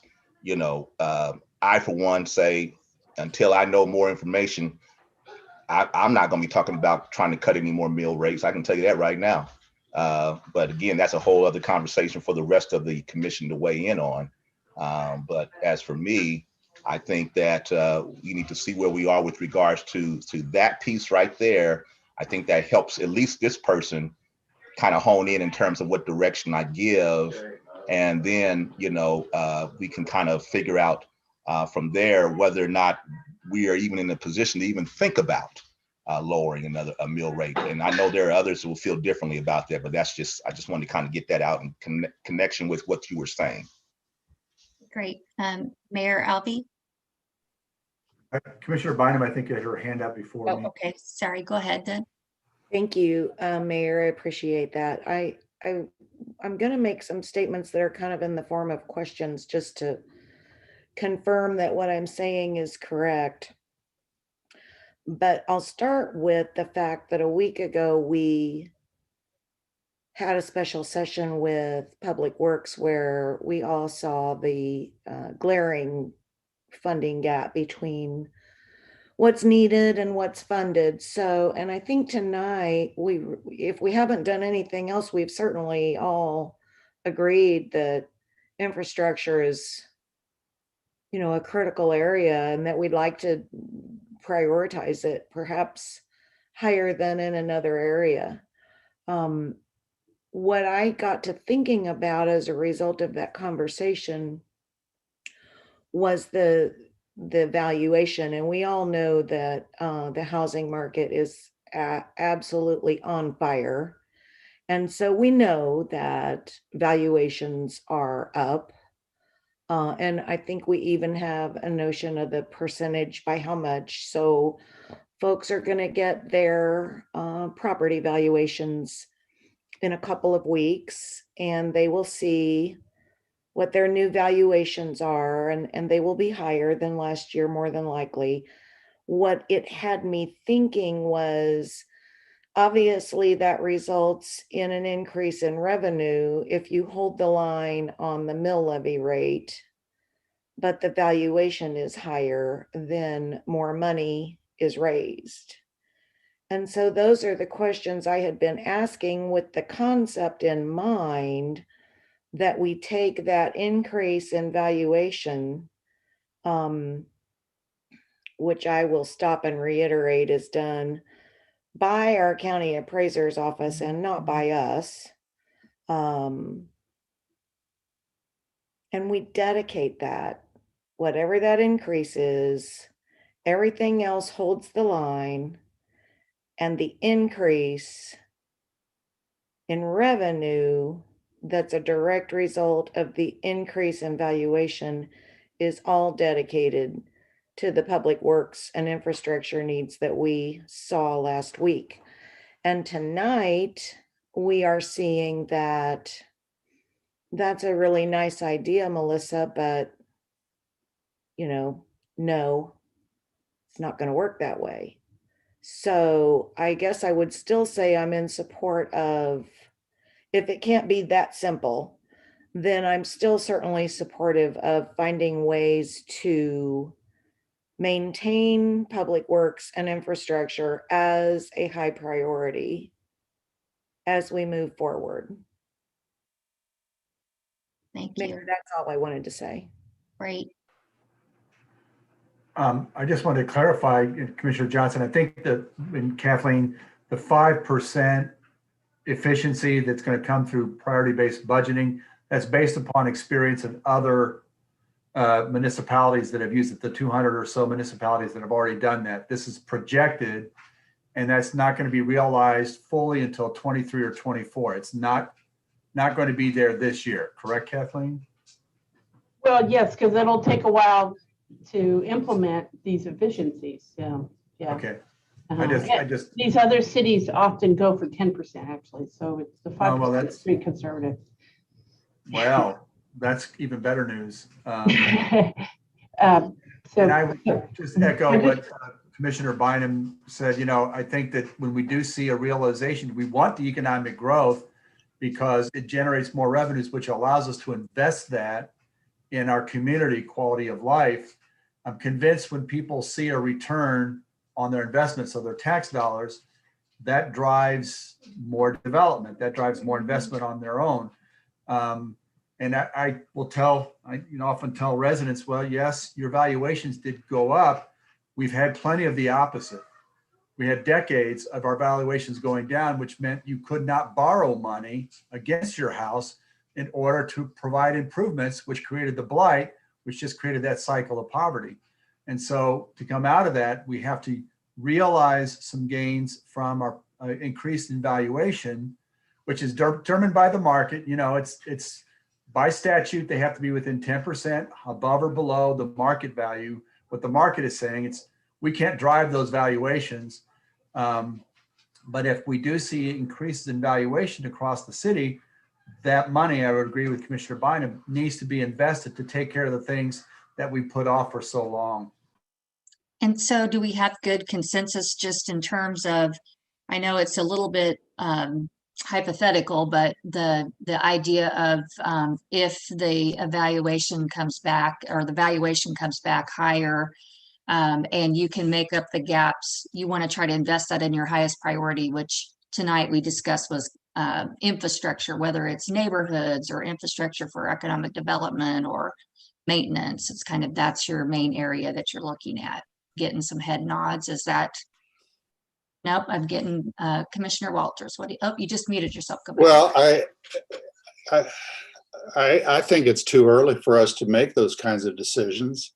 I know, you know, the way I look at it, if the valuation is significantly more than the cost of living, then we should be thinking about a mill levy reduction. I know that people, it's funny when you get on this side of the table, people don't think of a tax increase quite the same way the people who talk to me think of as a tax increase. People see their taxes go up and they don't really equate it to the benefit of the county and all this just the same way we do. So if somebody's property goes up 10%, that's a 10% increase in their taxes. Or if it's 5%, and if the cost of living goes up 2%, which you know, we should take that into account.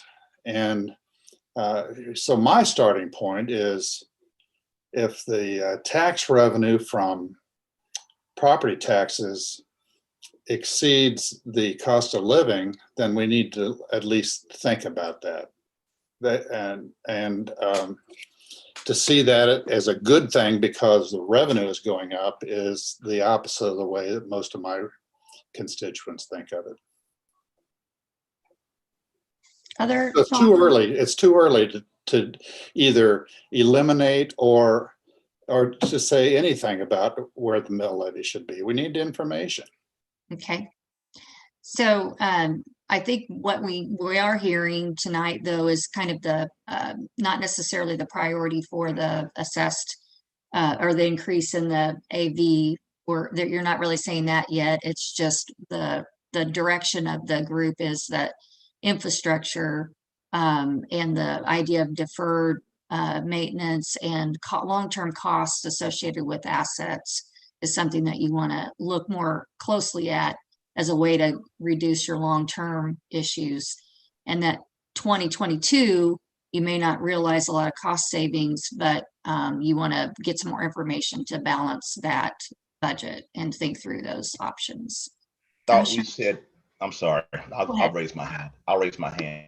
Oh, Commissioner Bynum.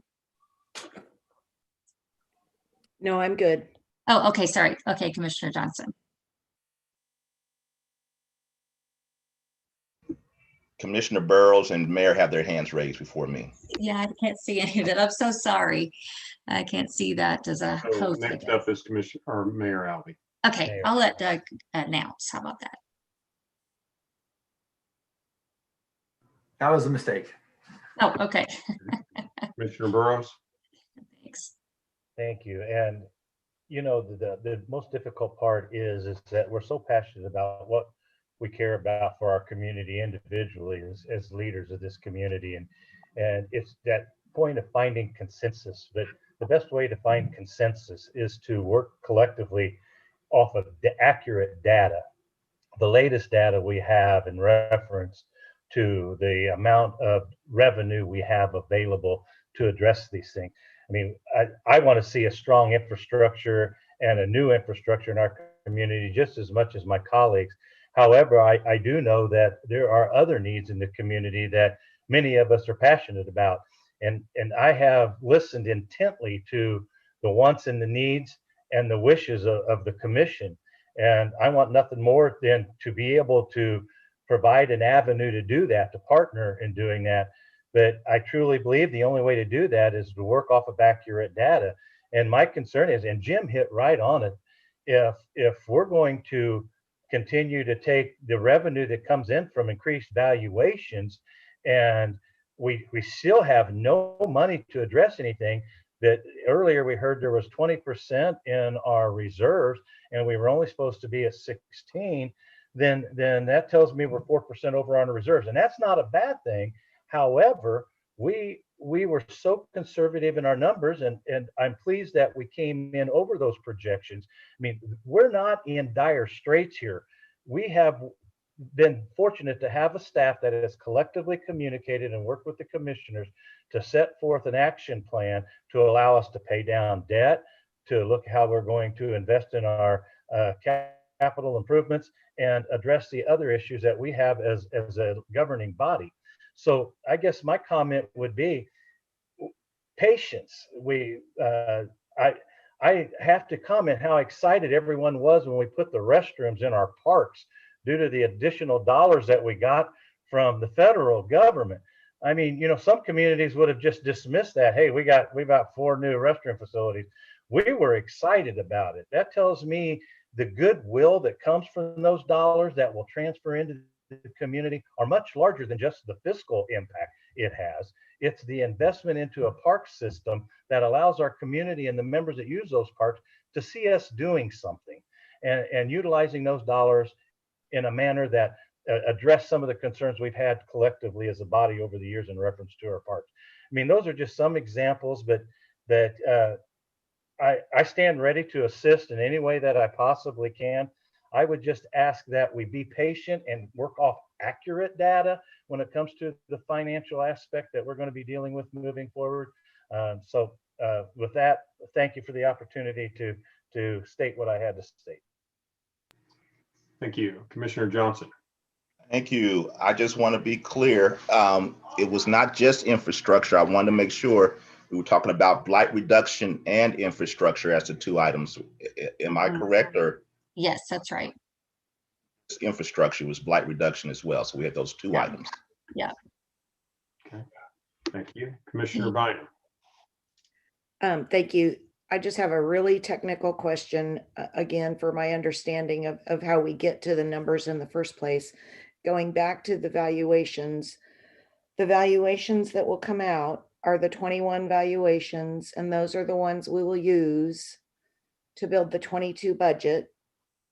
And do those valuations include buildings, houses, projects that existed on January 1 of this year?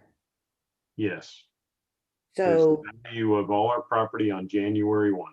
okay, so to that, things that aren't done yet aren't included. Correct. Anything that was, right.